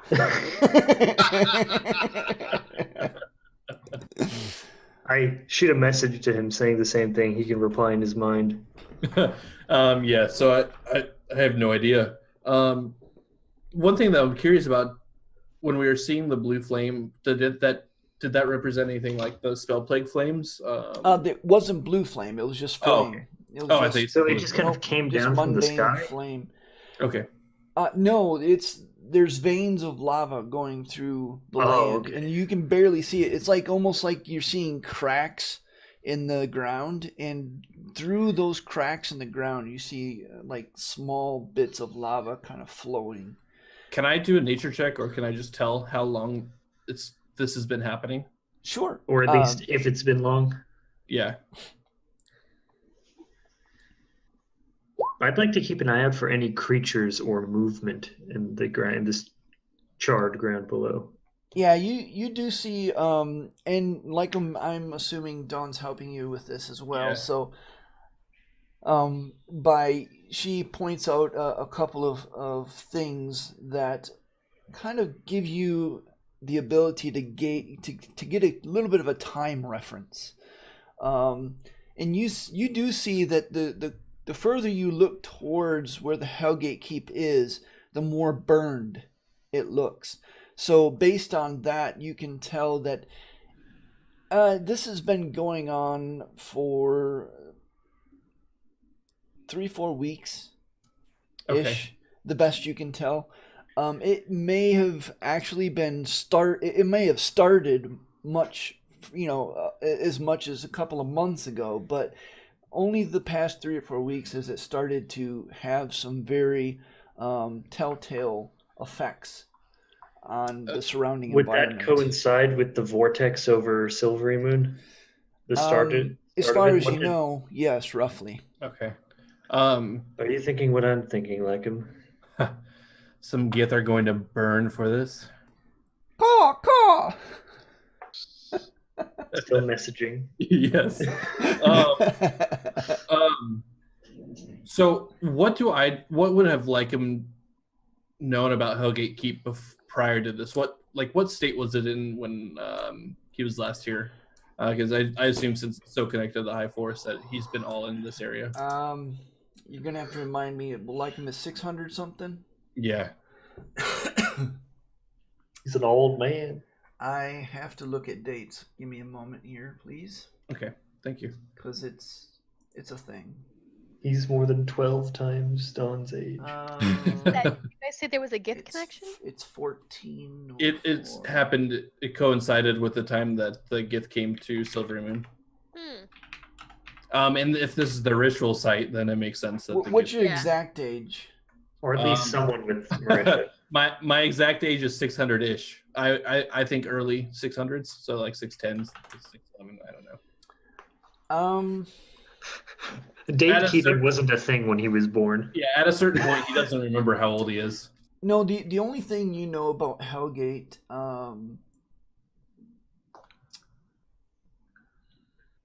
yeah, no, the only thing you know about Hellgate is actually do a history check.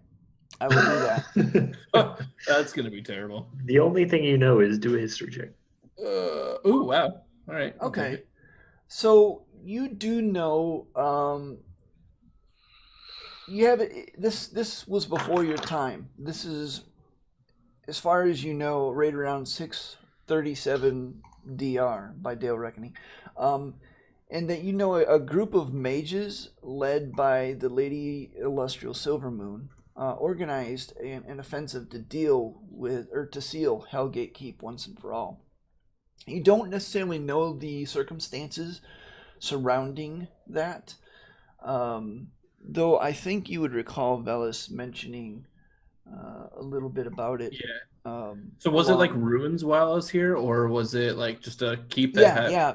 silent As far as, yeah, it was definitely ruins, and it wasn't like this at all. It was Yeah. a place that was shunned. No one could go there. And there's, you do know this, being a druid, that the treants of Turlang were given charge to actually protect the ruins of Hellgate Keep.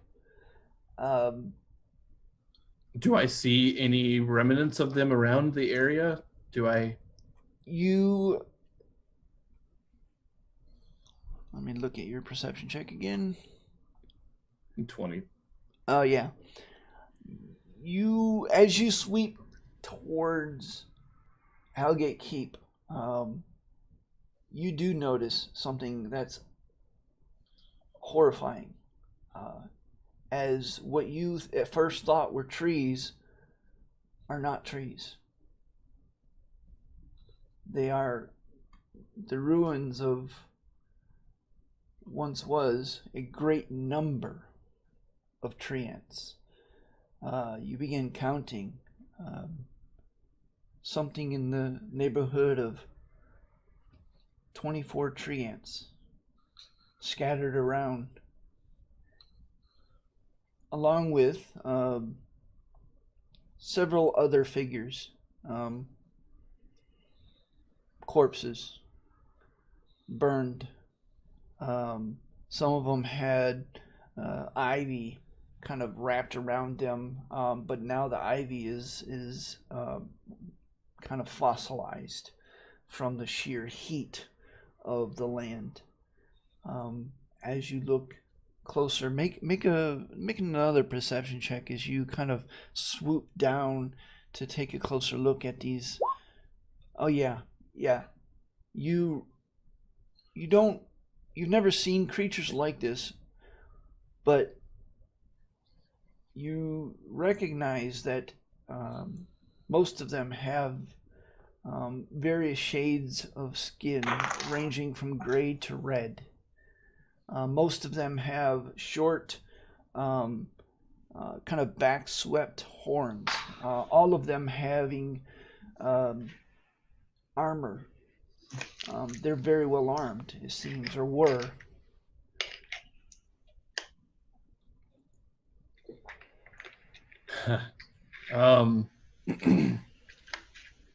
Don just looks in horror at all of this. Yeah, Lycum goes back up to the ship, and as we land and as Don jumps off, he changes into elf form and just walks towards the back of the ship, and he just lets out a roar of frustration and complete and utter hatred to whatever has done this to his home and his people. He then does. But Don walks up behind you as you do that and just lays her head into your shoulder, and you just see tears running down her cheeks. Lycum puts a hand on her and then does commune with nature to Doradar, if he can reach out and talk to him. Okay. How long does that take? It's casting time is 1 minute. Okay. Yeah. Real quick, as it's happening, can we have the captain search out a safe place to be within like 40 feet of the ground? Yeah. As safe as she can manage. Yeah, Even if she has to go all the way out of the burn area. Yeah. somewhere where fires aren't combusting out of the ground. Actually, I totally forgot to switch my music here too. Hold on. I have been waiting to use this, and then I forget.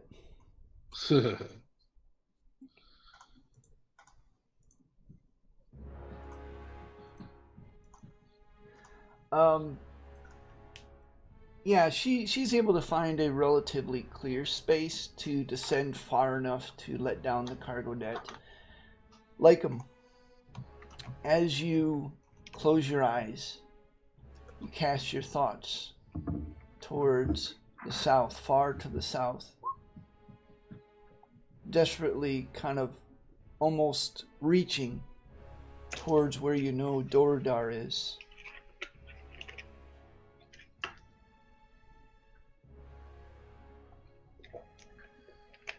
And you discover something extremely troubling. What you discover is not a lack of response, but rather almost a kind of a sensation of a giant black hole where Dorudar should be. As if his presence has been somehow literally ripped out of where you know he should be. That's the sensation you get. There's nothing. You get this feeling of desolation, of something. It's just simply not there. It's not a, leave a message at the beep type deal. This is just a complete void. It's not natural. Does Dawn sense something off about the nature of this place as she grew up here, attuned to its nature? Now that she's part of the weave?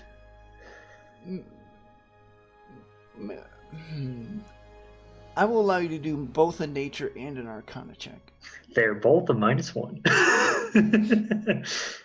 I guess Dawn isn't as in tune with nature as I thought.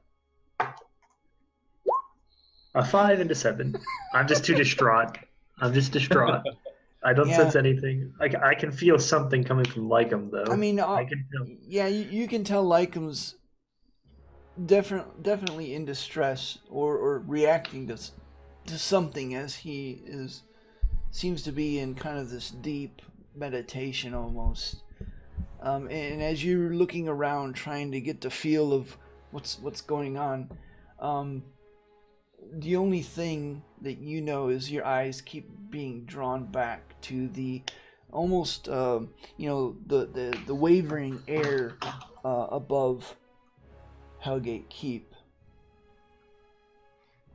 Lycum comes out of the spell and looks over at Dawn and just whispers, Doradar's gone. He's missing. He's been ripped out of where he should be, and that's not possible. I don't understand what is possible and what isn't anymore. All I know that caused this, I'm going to destroy them. And I will be there right alongside with you. Lycum gets up and he walks over to the rest of the group. Dawn gets up, doesn't walk over to the rest of the group, and walks below decks and disappears. Lycum walks over and just looks at Beetle, Banner, Emeraldi, and Velis, and just something has destroyed my people, the people who are supposed to be here protecting it, and to go along with it, Dordar's nowhere to be found. It feels like he's been ripped out of where he should be. Something is going on that is completely terribly wrong. And all I know is that whoever did this to begin with is going to die in the fire that they fucking created. And he just you've never seen Lycum this angry, this upset, anything. Have this much of a reaction, happy, sad, anything before. And he just stands there silent.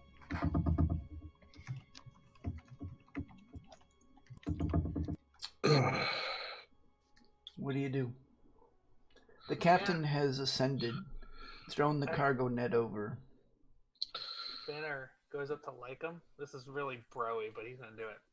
He's practically frothing at the mouth anyway by this 4th day. He grabs Lakem by the face. He gets up next to him. He's like, "All right, let's go hunting." And he just sort of like throws Lakem back, and he just starts heading for the cargo net.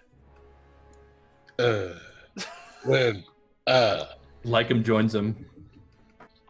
I guess we're following them. Beetle goes and gets Dawn and tells him, apparently it's hunting time, if you're up for it. You see Dawn turn around, and she has a little vial in her hand, something you haven't seen her with, a little bit of dye. And her cheeks each have 3 red stripes on them now. And she says, "The Summersong clan does not go to war often. It's been hundreds of years since any of my kin have. But this is what we wear when we do. This red is the blood of our enemies that will stain the ground and make sure whoever did this will never again."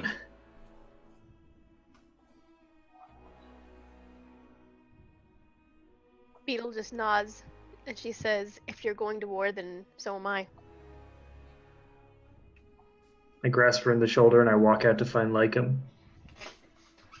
Lycum looks at you as he's about ready to throw a leg over the side to go down the cargo net. And I feel like Lycum would have known your clan or your family. Oh yeah, Summersong clan is an old one. And he sees the stripes on your cheek, and he just nods in respect. And as he does, he dives off the side, changing back into the giant eagle to head back down. All right. So,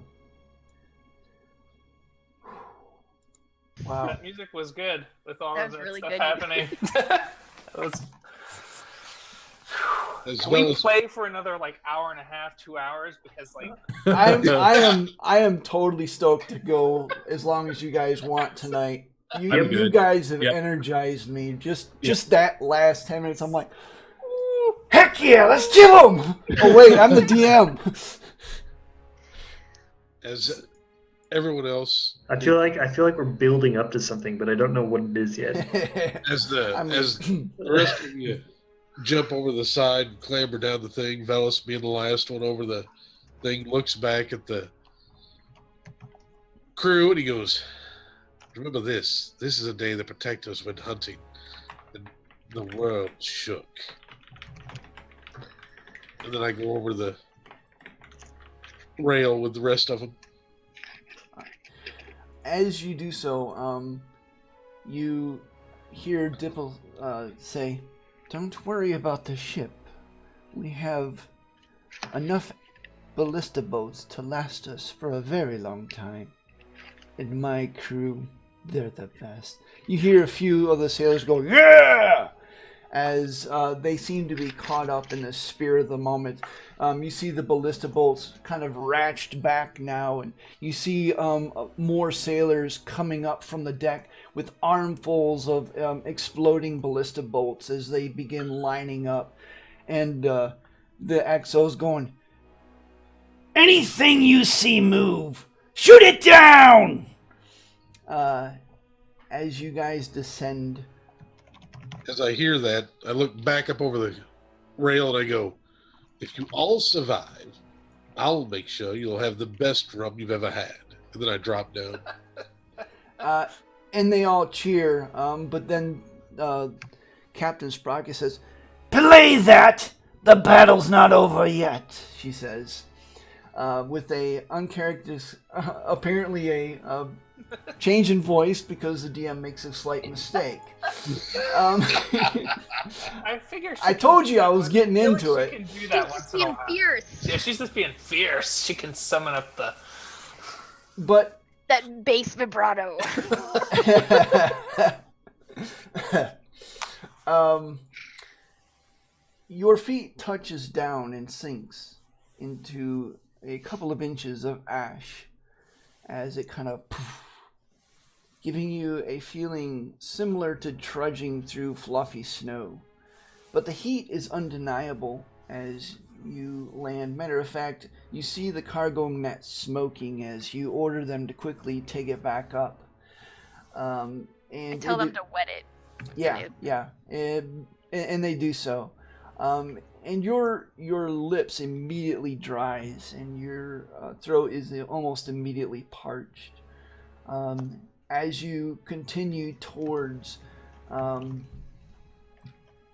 the mountain, the hollowed mountain of Hellgate Keep, you notice that the surrounding area is strewn with bones and littered with aged and useless armor and weapons, vestiges of battles not just recent, but in the distant past, some showing signs of rust. The tree ants, as you now see and come up to them, like you see that the tree ants weren't small; they were quite huge. Each creature being the product of hundreds, perhaps even in some cases thousands of years of living in the beauty of the high forest, now smoking ruins as they lay amongst jumbles of what most of you see as devil-like creatures, humanoid. Some of them look slightly elvish, others look slightly orcish, and you quickly realize that these are half-breeds. Beetle, actually make an Arcana check. This might tie into your studies at the various places that you've been. Yeah, you would recognize these as kind of, the technical term for it is cambions. Okay. Though you also know that these were nothing but grunts, foot soldiers, cannon fodder. Though nothing to be taken lightly, as is any of the denizens of hell.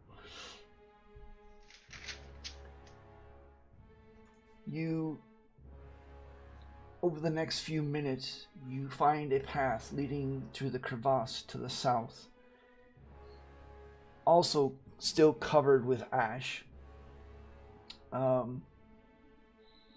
You kind of stumble a little bit here and there as the ground is turned to stone, and through your footprints looking back, you see the telltale signs of obsidian, as the ground has given way to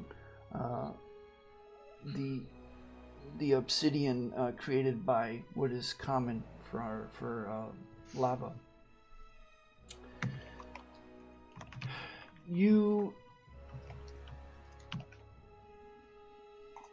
see the husk of what once was standing, crumbling before you.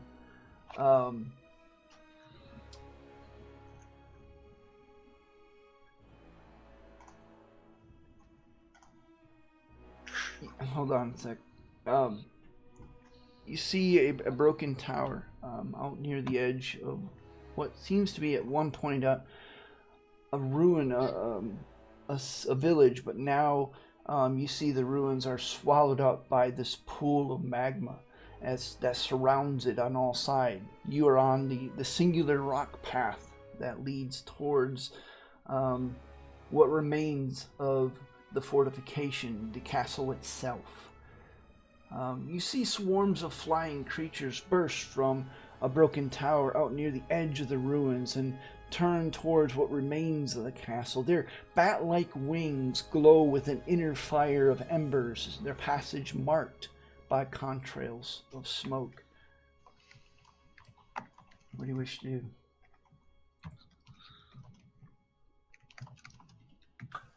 Lycom's going to be heading towards, probably with Banner, whatever looks like the best way to enter into what we're trying to find. Can we ask Emeraldi to scout ahead in terms of like sensing fiends? Or is that... Oh, absolutely. Okay. Emeraldi just kind of nods and he takes point. Beetle sidles up to Dawn and puts something and grabs her hand and puts something in it. I look at the thing that I was given. It is the die of the arcane gamble. And Beetle says, "You know, I've had this for a while and I just feel like it's better suited to you." I slip it in my pocket. It doesn't require attunement, does it? Nope. You just Okay, throw it. good. As you continue forward, the ash becomes thick here, difficult to breathe. Emeraldi reaches down and pulls a kind of like this cloth around and kind of fixes it to the inside of his helmet, something that he would use in, cavernous areas where mining would be constant to kind of help from the dust. Banner pulls his wolf mask up over his nose. Okay. Lycom grins at you for that.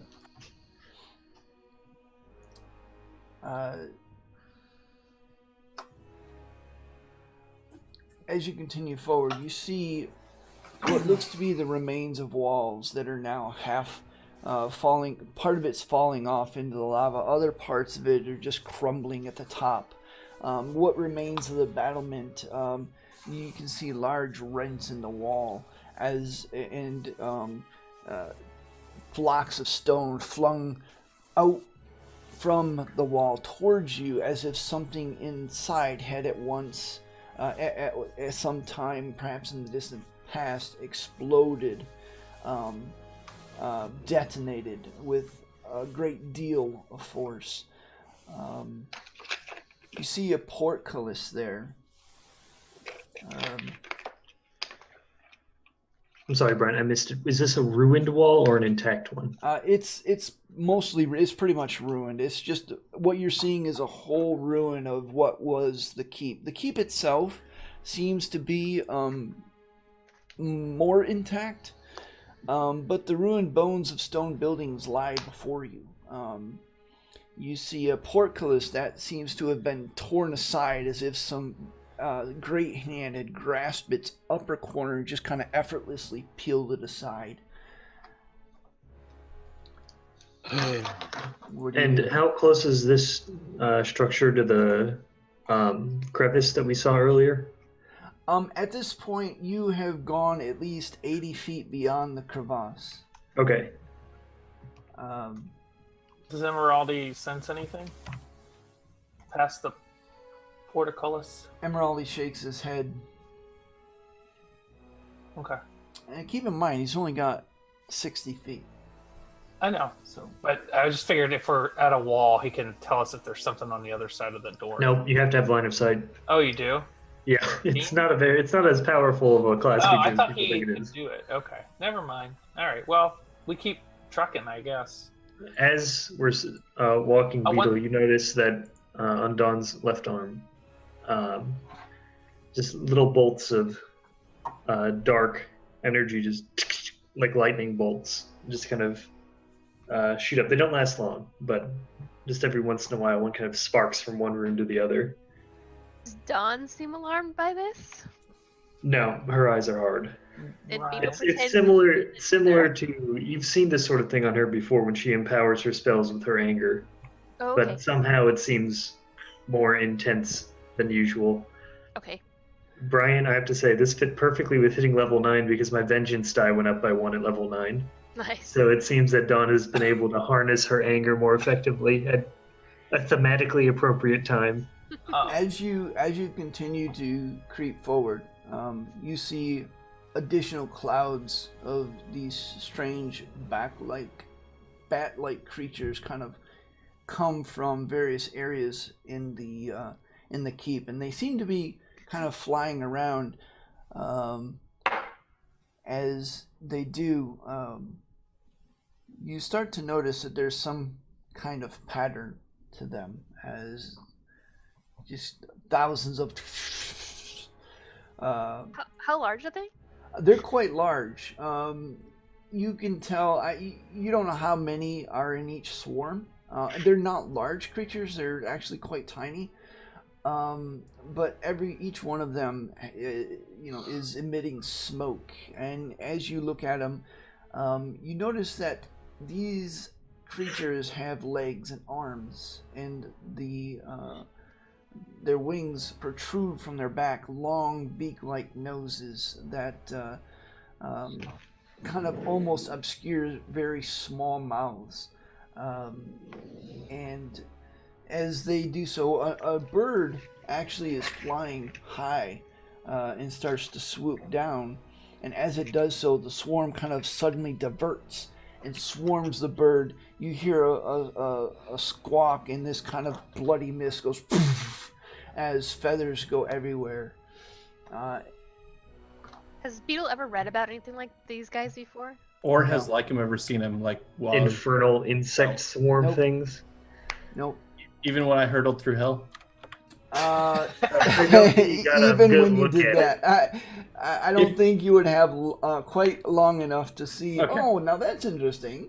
No. Sound like you were there. It was like if I noticed that it was from that area is all. Like No. Okay. It's not like you had a tourist visa. Let's just say you've seen a lot of natural, beasts and things, and this is Not nothing one of you've them. ever seen. Okay. Beetle's gonna have Cog just rest on top of Tank's head instead of flying around and attracting attention. She doesn't want that to happen. All right. I would like to. Done. Is it possible to? Never mind. I don't know if that's possible. I guess we'll just keep moving forward. I don't know what's in front of us though right now.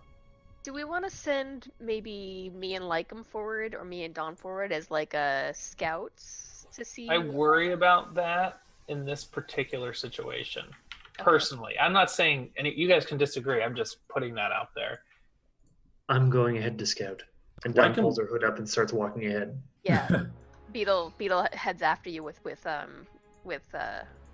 Bert strapped to her back.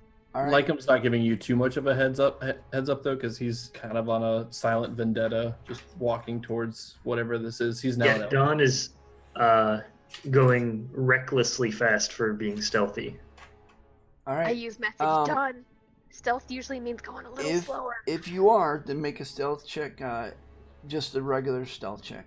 It won't Yep. be a disadvantage, but Mine's still advantage. You're still advantaged, but mine isn't. you just make me sick. 21 Yeah. and 21. In spite of Dawn's apparent speed, and Beale's more cautious one, I probably start pulling ahead of her. you quickly outdistance her. As a matter of fact, as you go beyond the gate, well beyond the gate, you see basically ruins of stone buildings, with one intact building, 3 to each side of a wide path, once covered by a colonnade, though now only the crumbling columns and the broken ruin of its roof now remain. As you go forward, Dawn, since you are quite clearly in the lead, make a perception check.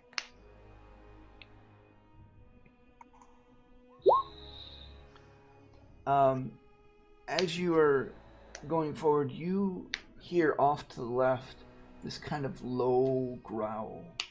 Is there like a ruined wall I can put my back to and edge up around and look around? Is there any obstacle I can?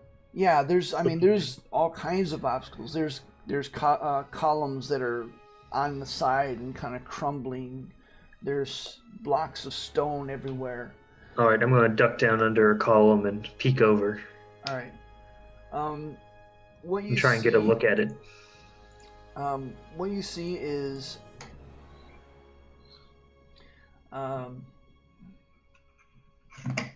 you see a group of well-armed and armored figures led by a fierce-looking hound with a black coat, leashed by a heavy iron collar and chain. As it kind of leads the way, its growl kind of reverberates deep in its chest. You see puffs of smoke and ash boil from its muzzle, much like a rabid dog would foam at the mouth. Its eyes blaze red. You hear one of the soldiers, red-skinned beast, kind of pull hard on the leash and goes, "Kosh! Kosh!" And the hound's growling subsides as the patrol seems to be continuing on past. For just a single moment, Dawn is seized with the inclination to just attack all of them right there. But even through her rage and anger, she manages to rein herself in and realize that doing that would put the rest of the group at risk, not just herself. So, biting her lip, she hunkers down and lets them pass. Beetle, Waits for Beetle to catch up. Yeah, Beetle, you see Dawn kind of hunker down. She kind of twitches, but doesn't do anything stupid. I settle in next to her and use message. Like, do I see them up ahead? Just the tail end of them? Once you catch up to Dawn kind of quietly, you see kind of the patrol, like the couple of the soldiers going around the bend just as they continue on. How many? How many did you say, like a dozen? There was 3 soldiers, let's just call them soldiers for now, and one hound-like beast. About 4. Patrol. I don't recognize their ilk. Are we all caught up now? Lycan would be fairly quick. Yeah, Yeah, we're pushing on. Okay. Are you guys stealthing? That's the question. I am. I mean, I think I'm creeping. I'm creeping. Yeah. If you are As much as I stealthing, then make stealth checks. But I was not in the scouting party on that one. Right. They're a bit behind us. Yeah. Right. Oh, whoops, I have disadvantage on stealth. I forgot.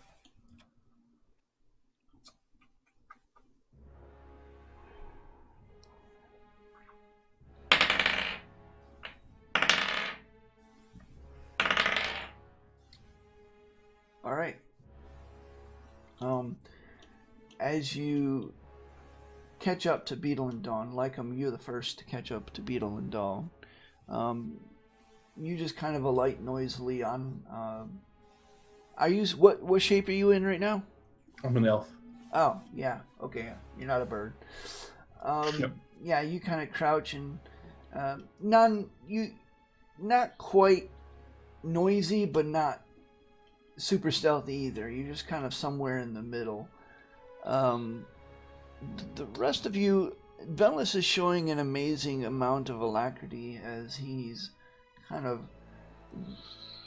gliding through various bits of rubble, and you get the sense that maybe he's gotten a little practice from his time at Silvery Moon, perhaps, kind of dodging from one rubble piece to another.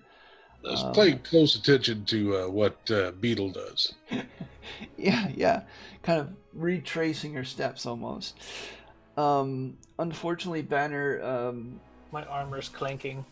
Yeah, you're quite loud as you take up the rear. Thankfully, as the rest of you kind of look around, it doesn't seem to have garnered the attention of the patrol that had just left. As you do, Emeraldi kind of Clank, clank, clank. He just clanks on up. Actually, I gotta see what Emeraldi does. Hold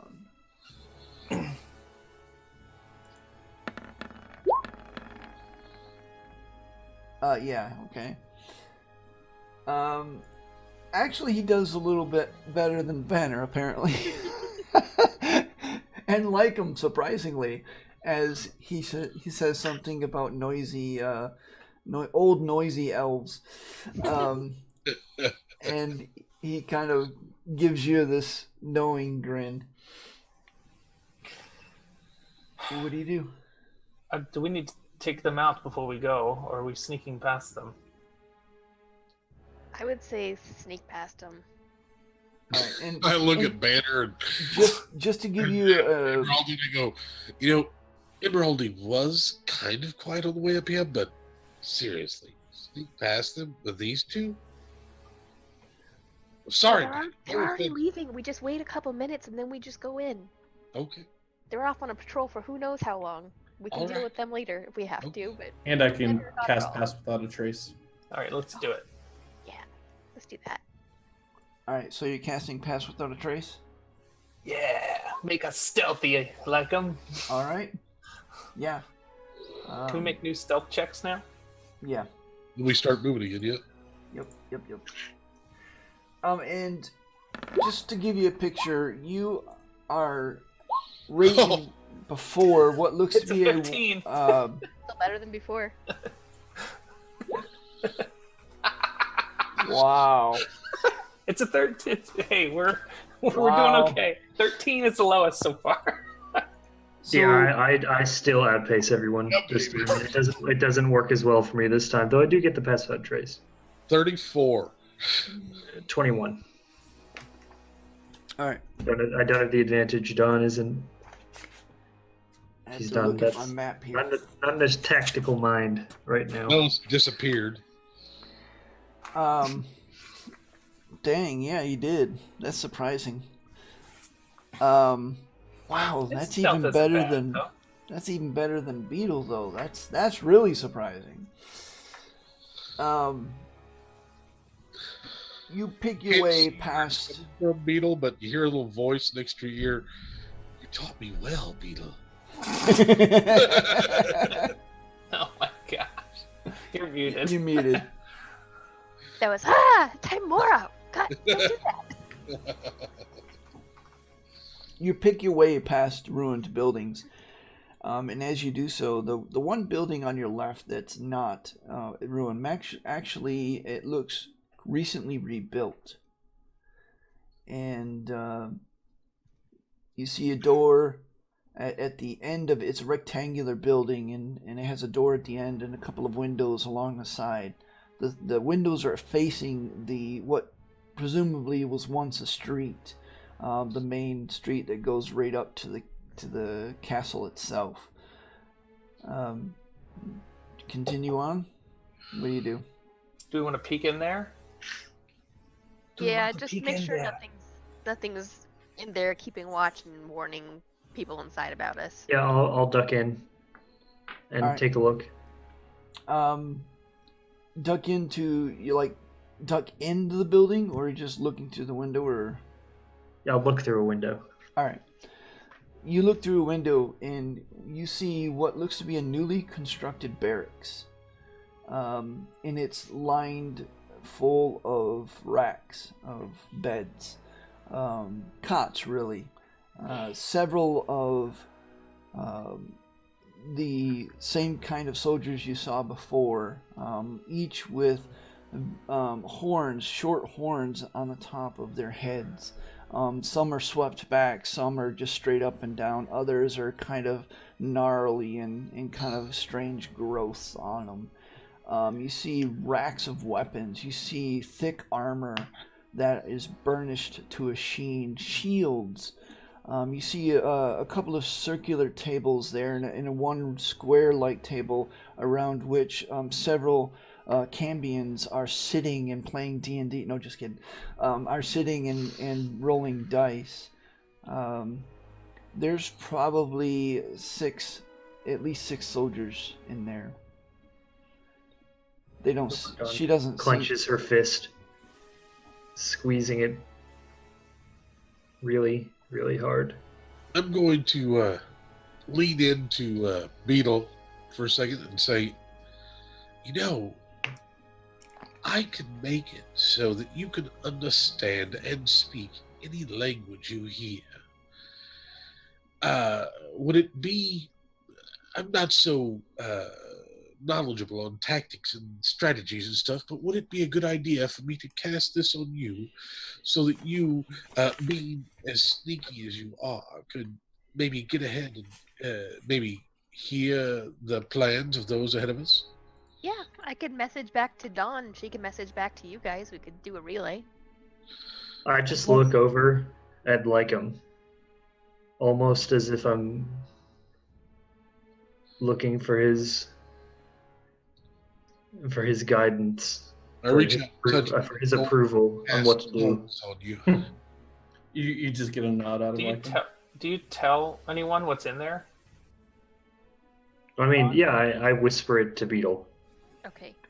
in a hard, terse voice, but I say it. Well, we're all there. Okay. Yeah. And- She says we've got 6 soldiers inside. All right. So I don't know we're here. So I cast tongues on Beetle. What type of what are they? The 6 soldiers? I try and ascertain their nature. no, we already know they're Cambians. People would have told you guys Cambians. already. Yeah. It can't be there's some sort of infernal creature.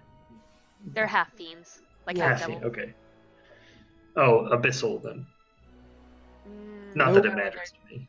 They're infernal. They're basically they're half breed between some type of devil from the hells and Mortals. mortals. Okay, so they are infernal.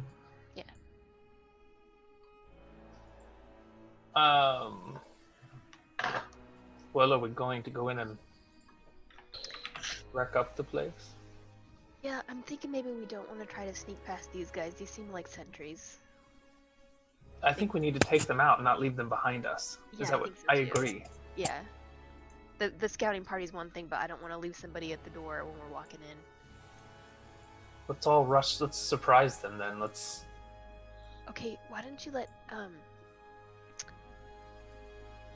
me go in, see if I can hear anything useful, and if just give me a minute, and if I hear anything useful, I will relay it back out, and if I don't, I will be in place at least to make a quick strike, and you guys can be right behind me.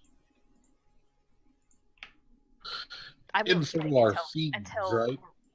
we'll sync it up. It'll work. It'll be good. Are these things fiends? Yes. Okay. So I cast. Oh, go ahead, Relentless.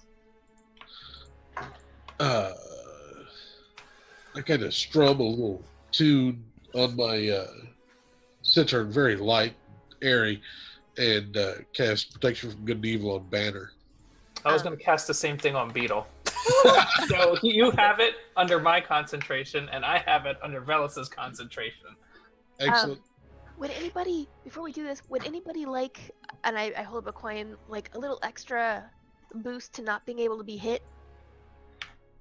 Valiston would have already cast Mage Armor on you earlier. Right. I just forgot to mark the spell slot off. I did just now. This will give you, I mean, mechanically, it's a coin that'll let you cast Shield of Faith on yourself. Oh, give it. Yeah, I give it to Banner. And then, I also, before we left the ship, I put a second level spell slot with Cure Wounds into Bert, so he's our field medic right now. Okay. All right, go ahead, Beetle. All right. Give me just a second. I was not expecting this. I probably should have, but I didn't. So I am. Oh, I was going to say something, but Lycum's not here. Okay, here he is. So give me just a few I can hear minutes here. Okay. I am putting together something. As Don looks up, you still see a few streaks of where a couple of tears have gone, and they've actually run through the still drying red dye, and it's making it run like rivulets. It almost makes it look like blood running down, even though it isn't. As she just whispers, Ver Alil Avdan Lael, Shirvan Duvnai. Does anyone speak Sylvan?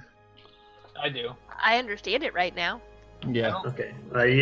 Well, like you would recognize this as the traditional Summer Song war mantra, as long lived as you are. and well-traveled. The people who understand Sylvan just understand it as literally swift death to my foes. I am her vessel. I repeat it back, except yeah. All right. Still working. Give me a second. You didn't expect us to kill the giant tower of fiends? Yeah, yes and no. I just did, but you'd be surprised on how much this is kind of. One thing as we're preparing, Lycom's going to sneak up because you're like on one side of the doorway, Don, right? I'm at a window that I'm about to jump through. Okay, well, Lycom's in like at that same window as you, or one next to it, so that we can go in together on this. Okay. I assume we're all by the door, waiting. Oh. So initiative can.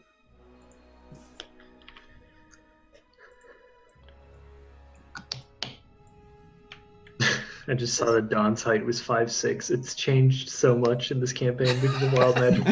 It's funny because it was originally 5'7", but then it was 5'11", and now it's 5'6". So she's back to almost where she started, a little shorter. She has to keep tailoring her clothes. Good thing I don't wear armor. That'd be a pain. Who needs armor? Protection from evil good is a great spell when you know what you're up against. It is. Just remember, you can only have either that or Shield of Faith. They're both concentration. You mean in terms of like you can't cast them both yourself? Yeah. Yeah. But you have both right now. What? I cast protection from evil good on you. Oh, on me? Yeah. Oh, Yeah. Yeah, I cast it on him. He cast it on me, and I was going to cast it on you, and I did. So. And no one cares if Don survives. Well, Beetle's in there by herself to start with. I was slightly concerned. And I Banner's see always how it front line. Banner and Emerald are always front line.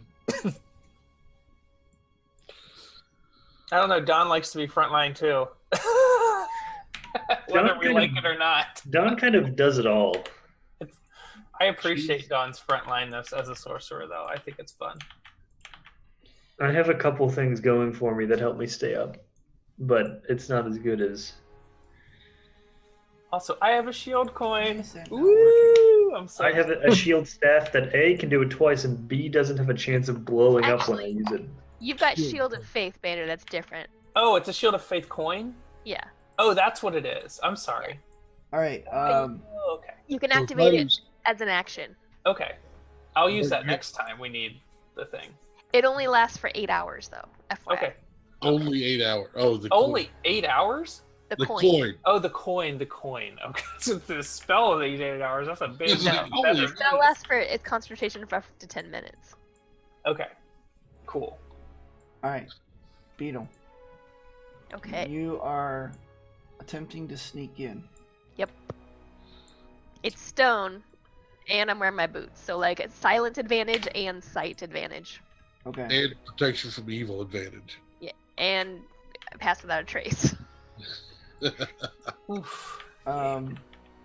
You Tuple advantage. you would notice as you circle around, there's only one entrance and exit to this place. It's a Okay. pair of what looks to be a newly fabricated steel doors. Okay. As At first, you... I'm just trying to get close enough to listen without being seen. All right. As you actually make a perception check. Yeah. As you go to put your ear up to the door, you notice the door is really hot. And you kind of shy away for a moment and look at it. It's got this like dull red glow to it. And you realize that this is probably going to hurt if you like put your ear up to it. Okay. You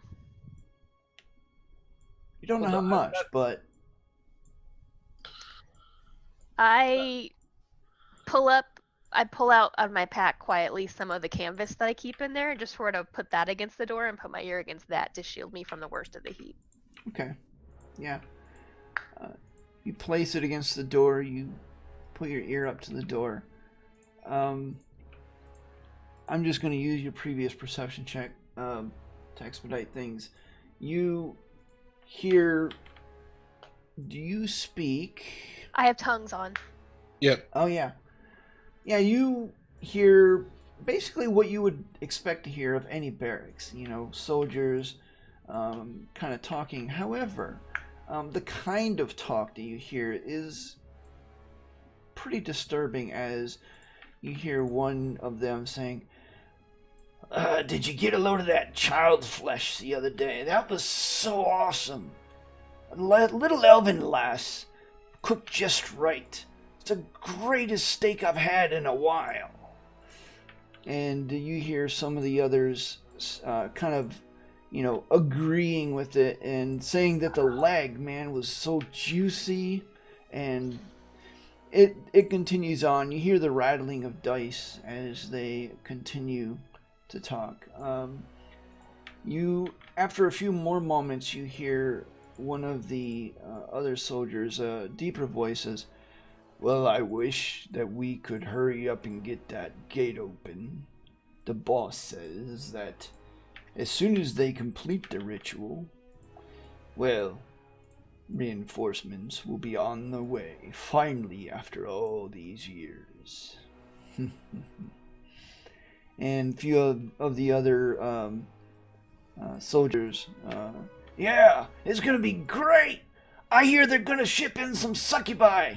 Oh, I can't wait! These folks need some murdering. I use message to whisper back to everybody. Gate not yet open, but should be happening in the near future. Reinforcements expected. Succubi.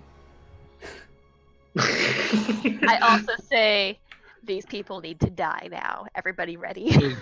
Because I would say, succubi. Velas goes, Are we? huh, Peter, do you just want us to bust through the door since it's so hot?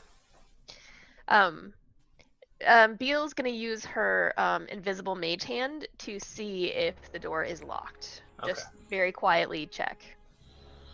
I'm gonna say make another stealth check for that. Specifically for that. Oh, 35. Nice. Nice. I think you did well. Yeah. The door is definitely not locked. Okay. You do kind of hear a little bit of a but it's a new construction and well oiled. Okay, so I sidle over to the door too. So we're all like grouped up outside of it. And as soon as everyone's ready, I use my mage hand to quietly open the door, and I try to slip inside. Okay. I am putting the last touches on the map, so just 1 second. Are you sneaking in? I thought we were sneaking just in. busting in. She's sneaking in so that she can... Okay, we'll give her a few seconds. Just give me a beat.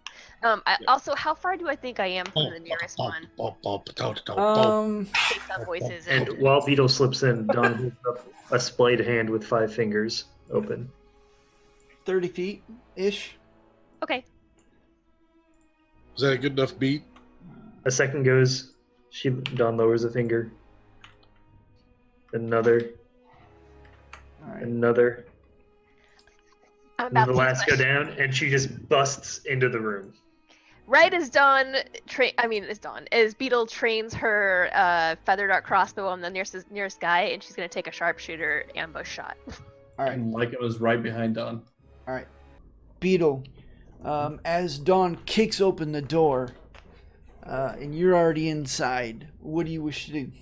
I'm going to take a sharpshooter shot at this guy in front. All right. Shoot away. So it's going to be an advantage, but -5 to hit. Where's my... Shit, where's my... There it is. Nice. So a 20 to hit him.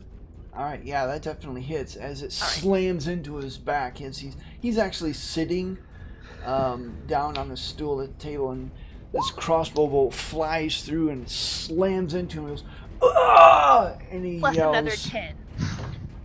So Ooh, that is nice. 36 So damage. yeah, it almost kills him outright as the bolt is protruding now through his chest plate. Nice.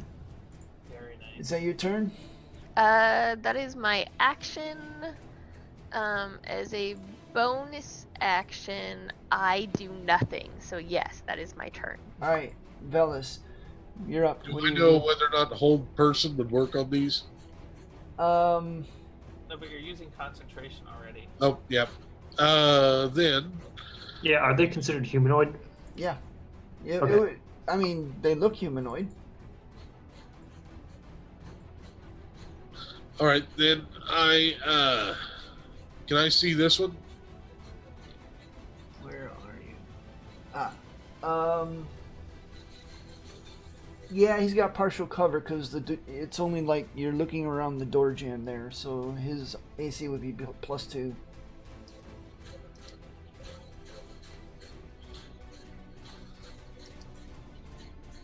I cast Dissonant Whispers.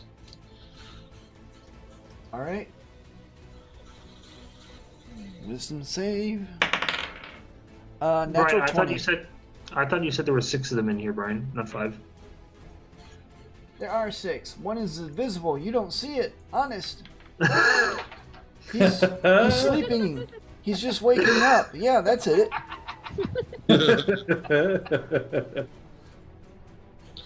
You make a save. If you want to fight 6, I'll let you fight 6. He rolled a natural 20. Oh, dang Yeah, it. he rolled a natural 20.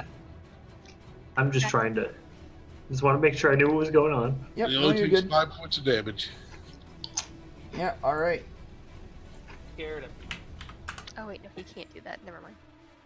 He kind of grabs his head. Stop that infernal singing! He looks at the soldier next to him, and as he's shouting this, because he's thinking his soldier, the guy next to him, suddenly broke out in song or something. I guess. Is that your turn? That is my turn. All right, Emeraldi. He's going to charge forward, and he's going to hammer on. That did not work. Hammer disappears in his hand. Andrew's character, I gotta fix his. Yeah, that hits once for 12 damage. And it kills that guy as he just. And you hear this sickening crunch as one of the soldiers' horns just kind of crunch to his side. His entire face kind of goes concave as he falls down. And see, he's got more movement. That's 5, 10, 15, 20. Yeah, he's got 25. And he's going to move up here to make room for everybody else. Like him, you're up. So how far is Emeraldi there? Okay, so Lycum is going to step in the door. And says, "You bastards are going to burn in flame and cast wall of fire." Pretty much from here to about here. And everything from a 10-foot in front gets hit by it. Okay, can you draw that again for me, please? Yep. From, I think, right here is what I measured, yeah. Alright, so from here, from this guy down in bed. Yep. And just so it's out of range of Emeraldi getting hit right there. Alright. And so let me roll that wall of fire.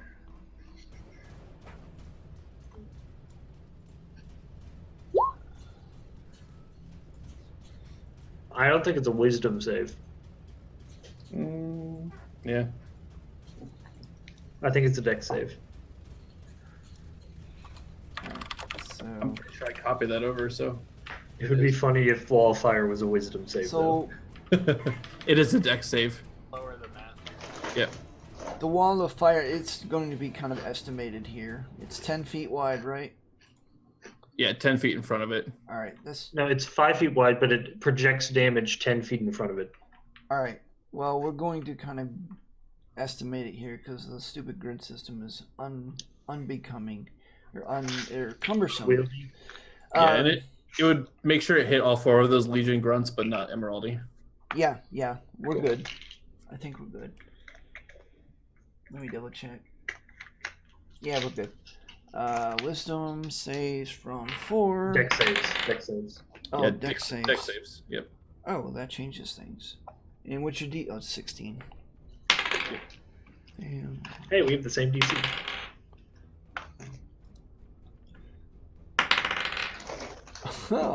All 4 of them fail as the fire erupts throughout the room. The table that they were sitting at erupts into flames. And they, come on, they each take 18 damage. On that? Cool. That is my turn. All right, which brings us to Tank.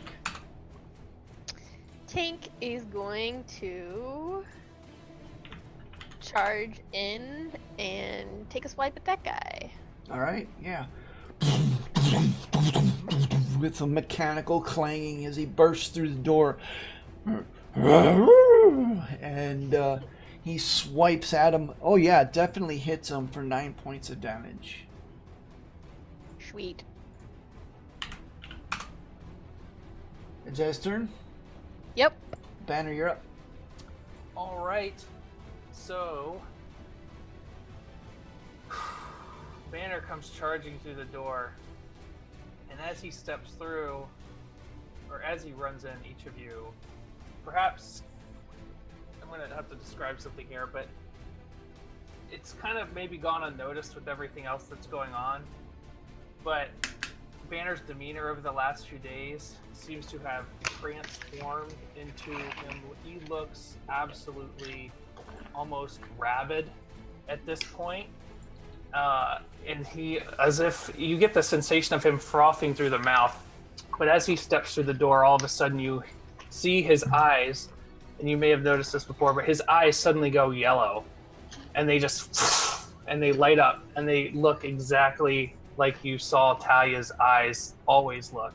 And and then you hear this, and he steps through, and there's this sort of like, and he's just like, you're all, I hunger. And he comes in, and you hear this cracking sensation as his muscles swell up. And and again, you're reminded of Talia and how when she transformed into a wolf, and now Beetle embellished you too, of that moment. And he doesn't, and it sort of stops there, and his muscles just sort of swell up, and it seems like he's standing 2 inches taller. His arms are 2 inches wider, and he just charges in and starts swinging into this guy in an absolute, as it's time to unleash the fury, as my new catchphrase goes. And the fury of the wolf comes out. All right. Yeah, hit. Oh wait, that's not right. Well, that's a hit. Yeah. And then I didn't roll the damage right on it, but Yeah, that's hit. so Hit. and add 2 to the first damage roll because it wasn't Alright. a furious. But so whatever that total is, 22, 20, 26. 30. And as you do so, you just cut it to ribbons as it falls down, gurgling, just kind of this bloody mess, as kind of this crimson blood starts flowing, and as it does so, it actually starts, it combusts and starts burning, and you see like where his body is open, it's actually smoking. Bear just throws his head back. He's like, who's next? And that's his turn. All right, Yeah, Dawn, quite the you're up. We're really the good guys, aren't we? I'm gonna burst. I'm part werewolf now, baby. They're demons. Snarling. Dawn at this point is snarling like a feral beast of some sort. She's gonna run up to Emeraldi and use her action to shove him one square to the right. Okay. Emerald, actually, I'm going to say make an athletics check. Okay. I mean, is he willing? Yeah, I mean, he's more surprised than anything, but Emerald Okay. is I'm going to use time to cast thick. for advantage. A 4. You're like shoving on him, and he's looking at you like, what? Oh, okay. You don't shove him aside as much as he's like kind of scuttles aside for you. Okay. I'm going to step up where he was to get in the optimal place to blast him with Quicken Dispel. I'm going to use my bonus action to blast a lightning bolt as Nice. she snarls with fury and just the black energy just leeches out in lightning and necrotic fury. All right. So it's a DC 16 Dex save. Let me roll the damage on this just to see what it is. All right. The back two make it. The front one does not. And the front one kind of goes down in a spasming charcoal mess. Let's see, that's 18 damage. Well, that's 11d6. Dang. It's not the normal 8d6. Yeah. All right. That's my action and bonus action and move, so I'm done. Actually, what's the... Okay, yeah. No, you're good. Yeah, the one nearest you kind of looks at you and he opens his mouth. He starts pulling his blade, and as he pulls his blade, it's just a normal iron blade, not even steel.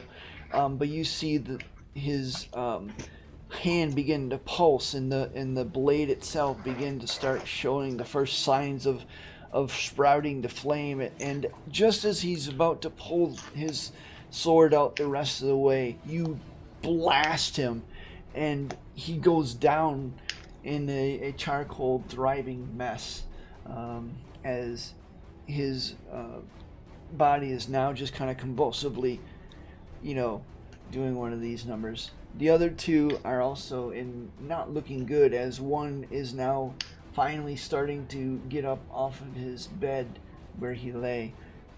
Shirvan Donai. That's what she whispers as she kills that guy. Alright. What's Cog going to do? Cog's gonna do a flyby and give Beetle advantage on this mofo. Alright. Which brings us to Beetle. And then he backs off. And Beetle is going to once again, with advantage, do a sharpshooter shot on that guy. Alright. So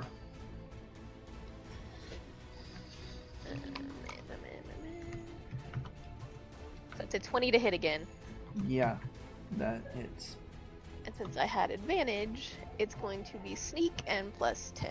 Yeah, it's dead. Okay. Your crossbow bolt actually craters its head as it goes down. Poof, Gallagher style. Is that your turn? Yes, that is my turn. Alright, Bellis, you're up. All right.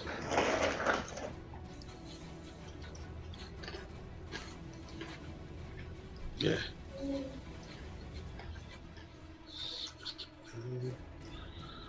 All right. Velis will look.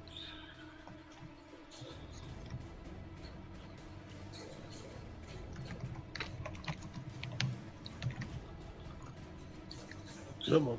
There we go.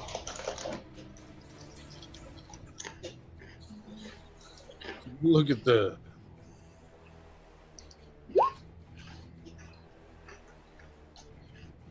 Alright, which one? This one right here in the flames. I've seen better wings on a diseased butterfly, you silly Cambion. Oh man, I made I this. blow my nose at you, you silly Cambion.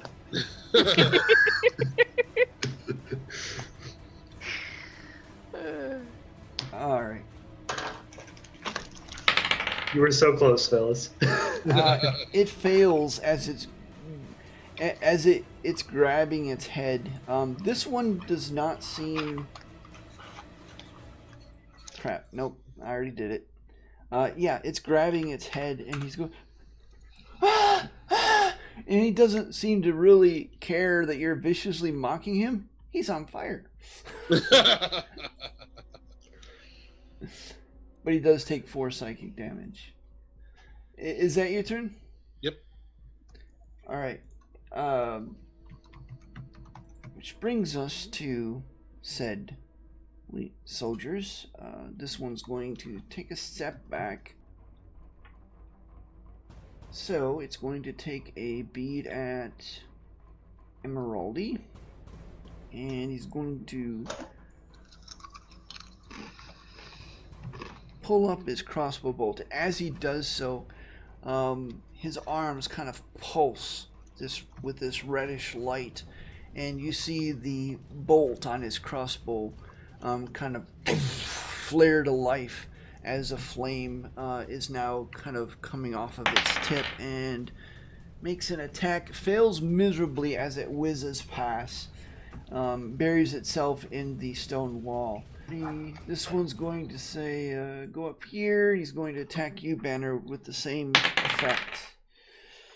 Does a... Yeah, that hits. As he rolls a 24. It does. Brian, they have disadvantage attacking me. Why? I have protection from Bellis up. Yep. Protection from me. That's right. He misses as his bolt goes wide. And they're the only 2 left standing as well. Emeraldi is going to, in true Emeraldi style, charge up, whack at him twice. That's a miss, and that is unfortunately a miss. As the soldier parries both blows. Lycum, you're up. I'm going to produce flame at the one that just shot at if this was divinity, Matt would somehow have already set me on fire, despite me specifically telling him to be careful about not doing it. All right. So what are you going to do? Produce flame? Yeah, produce flame. I got to figure out which car. Yeah, there it is. This team is really hard not to set people on fire. Yeah, it is. Albeit it is. It's harder to prevent people from catching on fire than it is to set them on fire. Unfortunately, that misses. Okay. Is that your turn? Yep. All right. What's Tank going to do? Tank charges that guy and swipes. Yep. And hits. Actually, nope, not quite dead, but scores a pretty powerful hit as it kind of claws its face and opens up a whole bunch of wounds. You see smoke coming from the wounds as it screams, "No!" Banner comes up to him, keeping out of range of the wall of fire, and he attacks. All right. Man. I won't even make my bonus no, action he's dead. As you do so, you just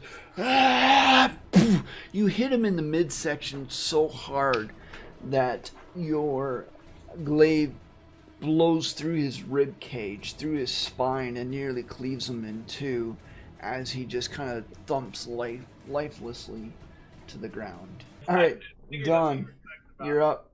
All right, I spot. How's the last guy looking down here? Roughly half dead, ish. All right, I'm gonna run down 1, 2, 3, 4, 5. Jumping 6, over 7. beds as you go. Make an acrobatics check as you do that. I should have had Banner do that as well, actually. Okay. A little slow on the upswing tonight, I guess. Yeah, you were able to navigate it. You actually jump across from bed to bed in true elven style as you neatly land behind him with a grin. And all right, and rather than using a powerful spell or attacking him from range, Dawn is going to use Shocking Grasp to reach up with her hands and attempt to throttle him Nice. with lightning from behind. A 20 to hit. Oh yeah, 15 points that of lightning that damage. definitely hits as I just lightning reach out and- crawls over his metallic armor. Is that your turn? Yes. All As I right. just keep choking him with lightning. All right. Yeah, you just grab his throat as he's turning around to face the new threat, and you like the whole Darth Vader thing, except for it's with shocking grasp.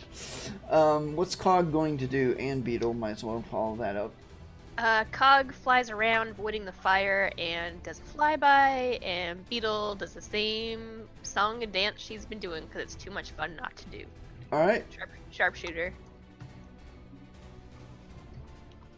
Oh! Nice. Yeah. Terrible damage on that, but it will be double sneak plus 10. No, he's dead. He's Okay. dead. Let me just roll it. I want to see it. Okay. Oh, terrible. Okay. So as Dawn, you're holding him by the throat, and he's going, ha, ha, ha, and then you see this bolt like come through his forehead, and he's just that quickly and that simply dead.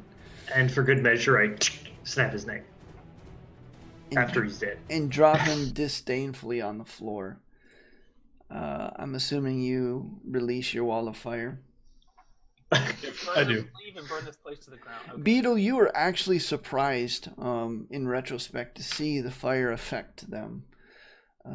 As you would know normally that it would not. But perhaps it was just the nature of them being half-breeds. More mortal than devil at this point. You're not entirely I will sure. actually mention that to the group at this point and just say, guys, just so you know, usually fiends, like from the hells, not usually pretty resistant to fire. These guys didn't seem like it though. So these grunts fire good. The bosses fire maybe less good.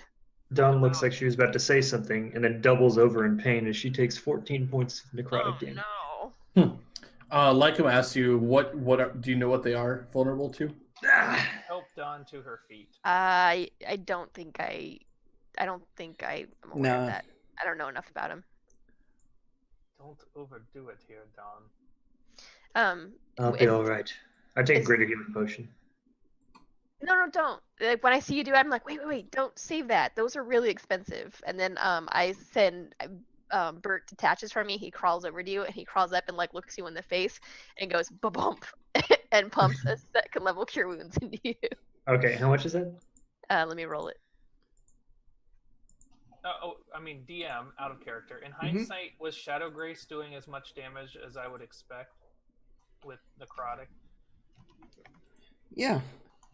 Emerging from the barracks, you see that on the other side of the fallen colonnade with the crumbling roof, the wide path leads up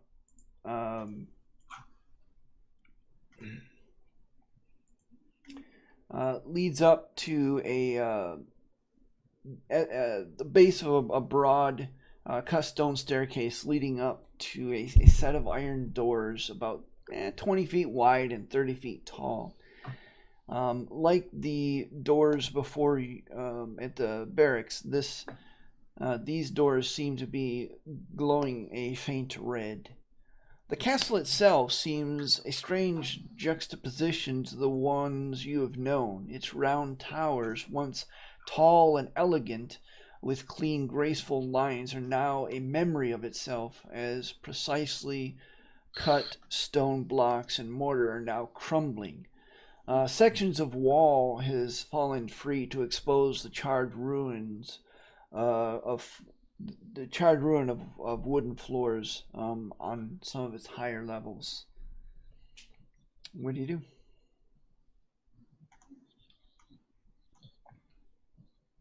Can I send Cog just around?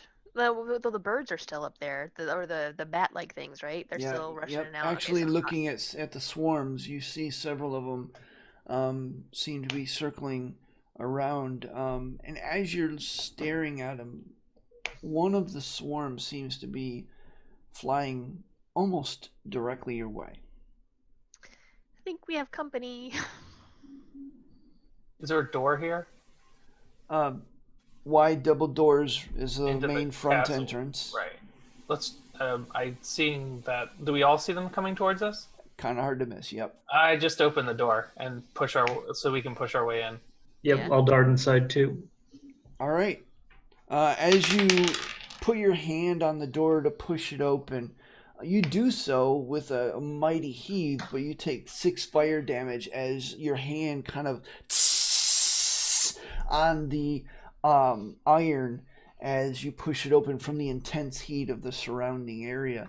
And as you do so, you see on the inside what looks to be kind of this entrance or foyer area. Floors, once polished granite tiles in colors of gray to brown. And you also see what once was intricate mosaics, once carefully inlaid, depicting no doubt the once proud history of this keep. Whomever it belonged to, again, Bellis would know, has been shattered and defaced by either time, force, or perhaps both.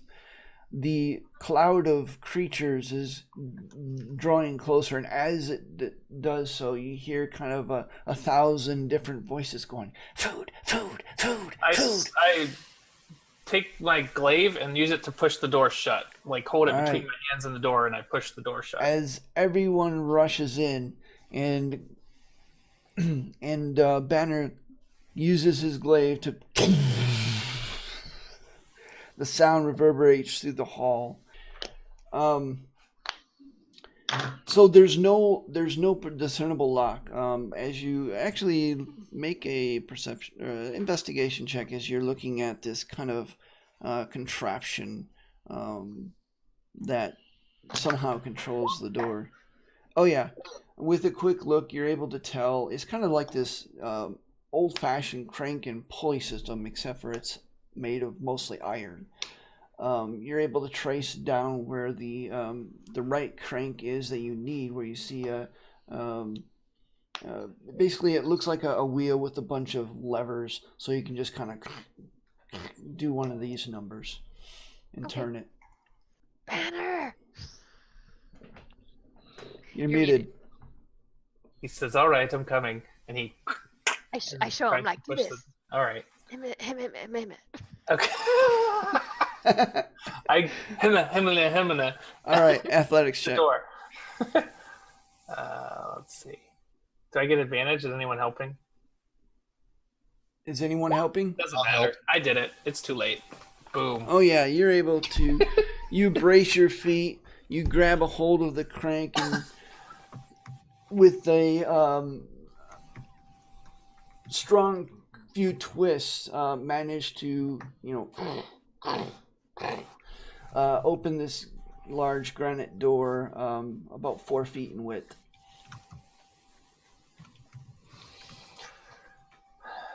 I peek in, I guess, or Yeah, we're walk totem in. pole. It's like me, Bert, Banner. And we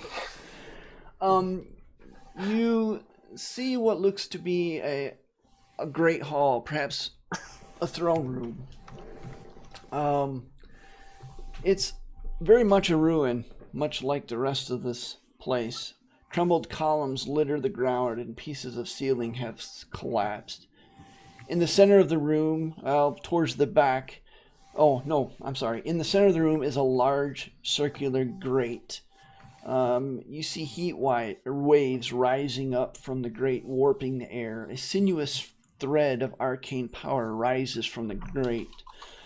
And you also hear the thin thread of distant voices incessantly chanting from far below. At the far end of the room, sitting on a large basalt throne flanked by two hellhounds with iron collars, you see a formidable-looking devil with skin reminiscent of an orc, though that is where the similarities end, as his eyes flare with flame and his short, curved horns look dangerous. Does he see us? Well, considering the fact that the door at the far end of his throne opened, Just asking. and the fact that he's staring directly at you, you would say yes. So then I just push the door the rest Let me of the finish. way? Okay. Sitting with knees to his chest, tied with various bits of rope, at the foot of the throne is a scared little boy rocking back and forth silently. You see that he's staring at his knees. It seems to be just almost in a catatonic state. Okay, what do you do? All right, Banner furies and charges in because he is seriously pissed off. All right. As you charge in, and the rest of you see Banner charge in, you see this large devil stand up, smiles, and he goes, "Finally, the ones who killed Marissa. My masters felt her father's rage from the hells. I do not envy you." And that is where we're going to end the night.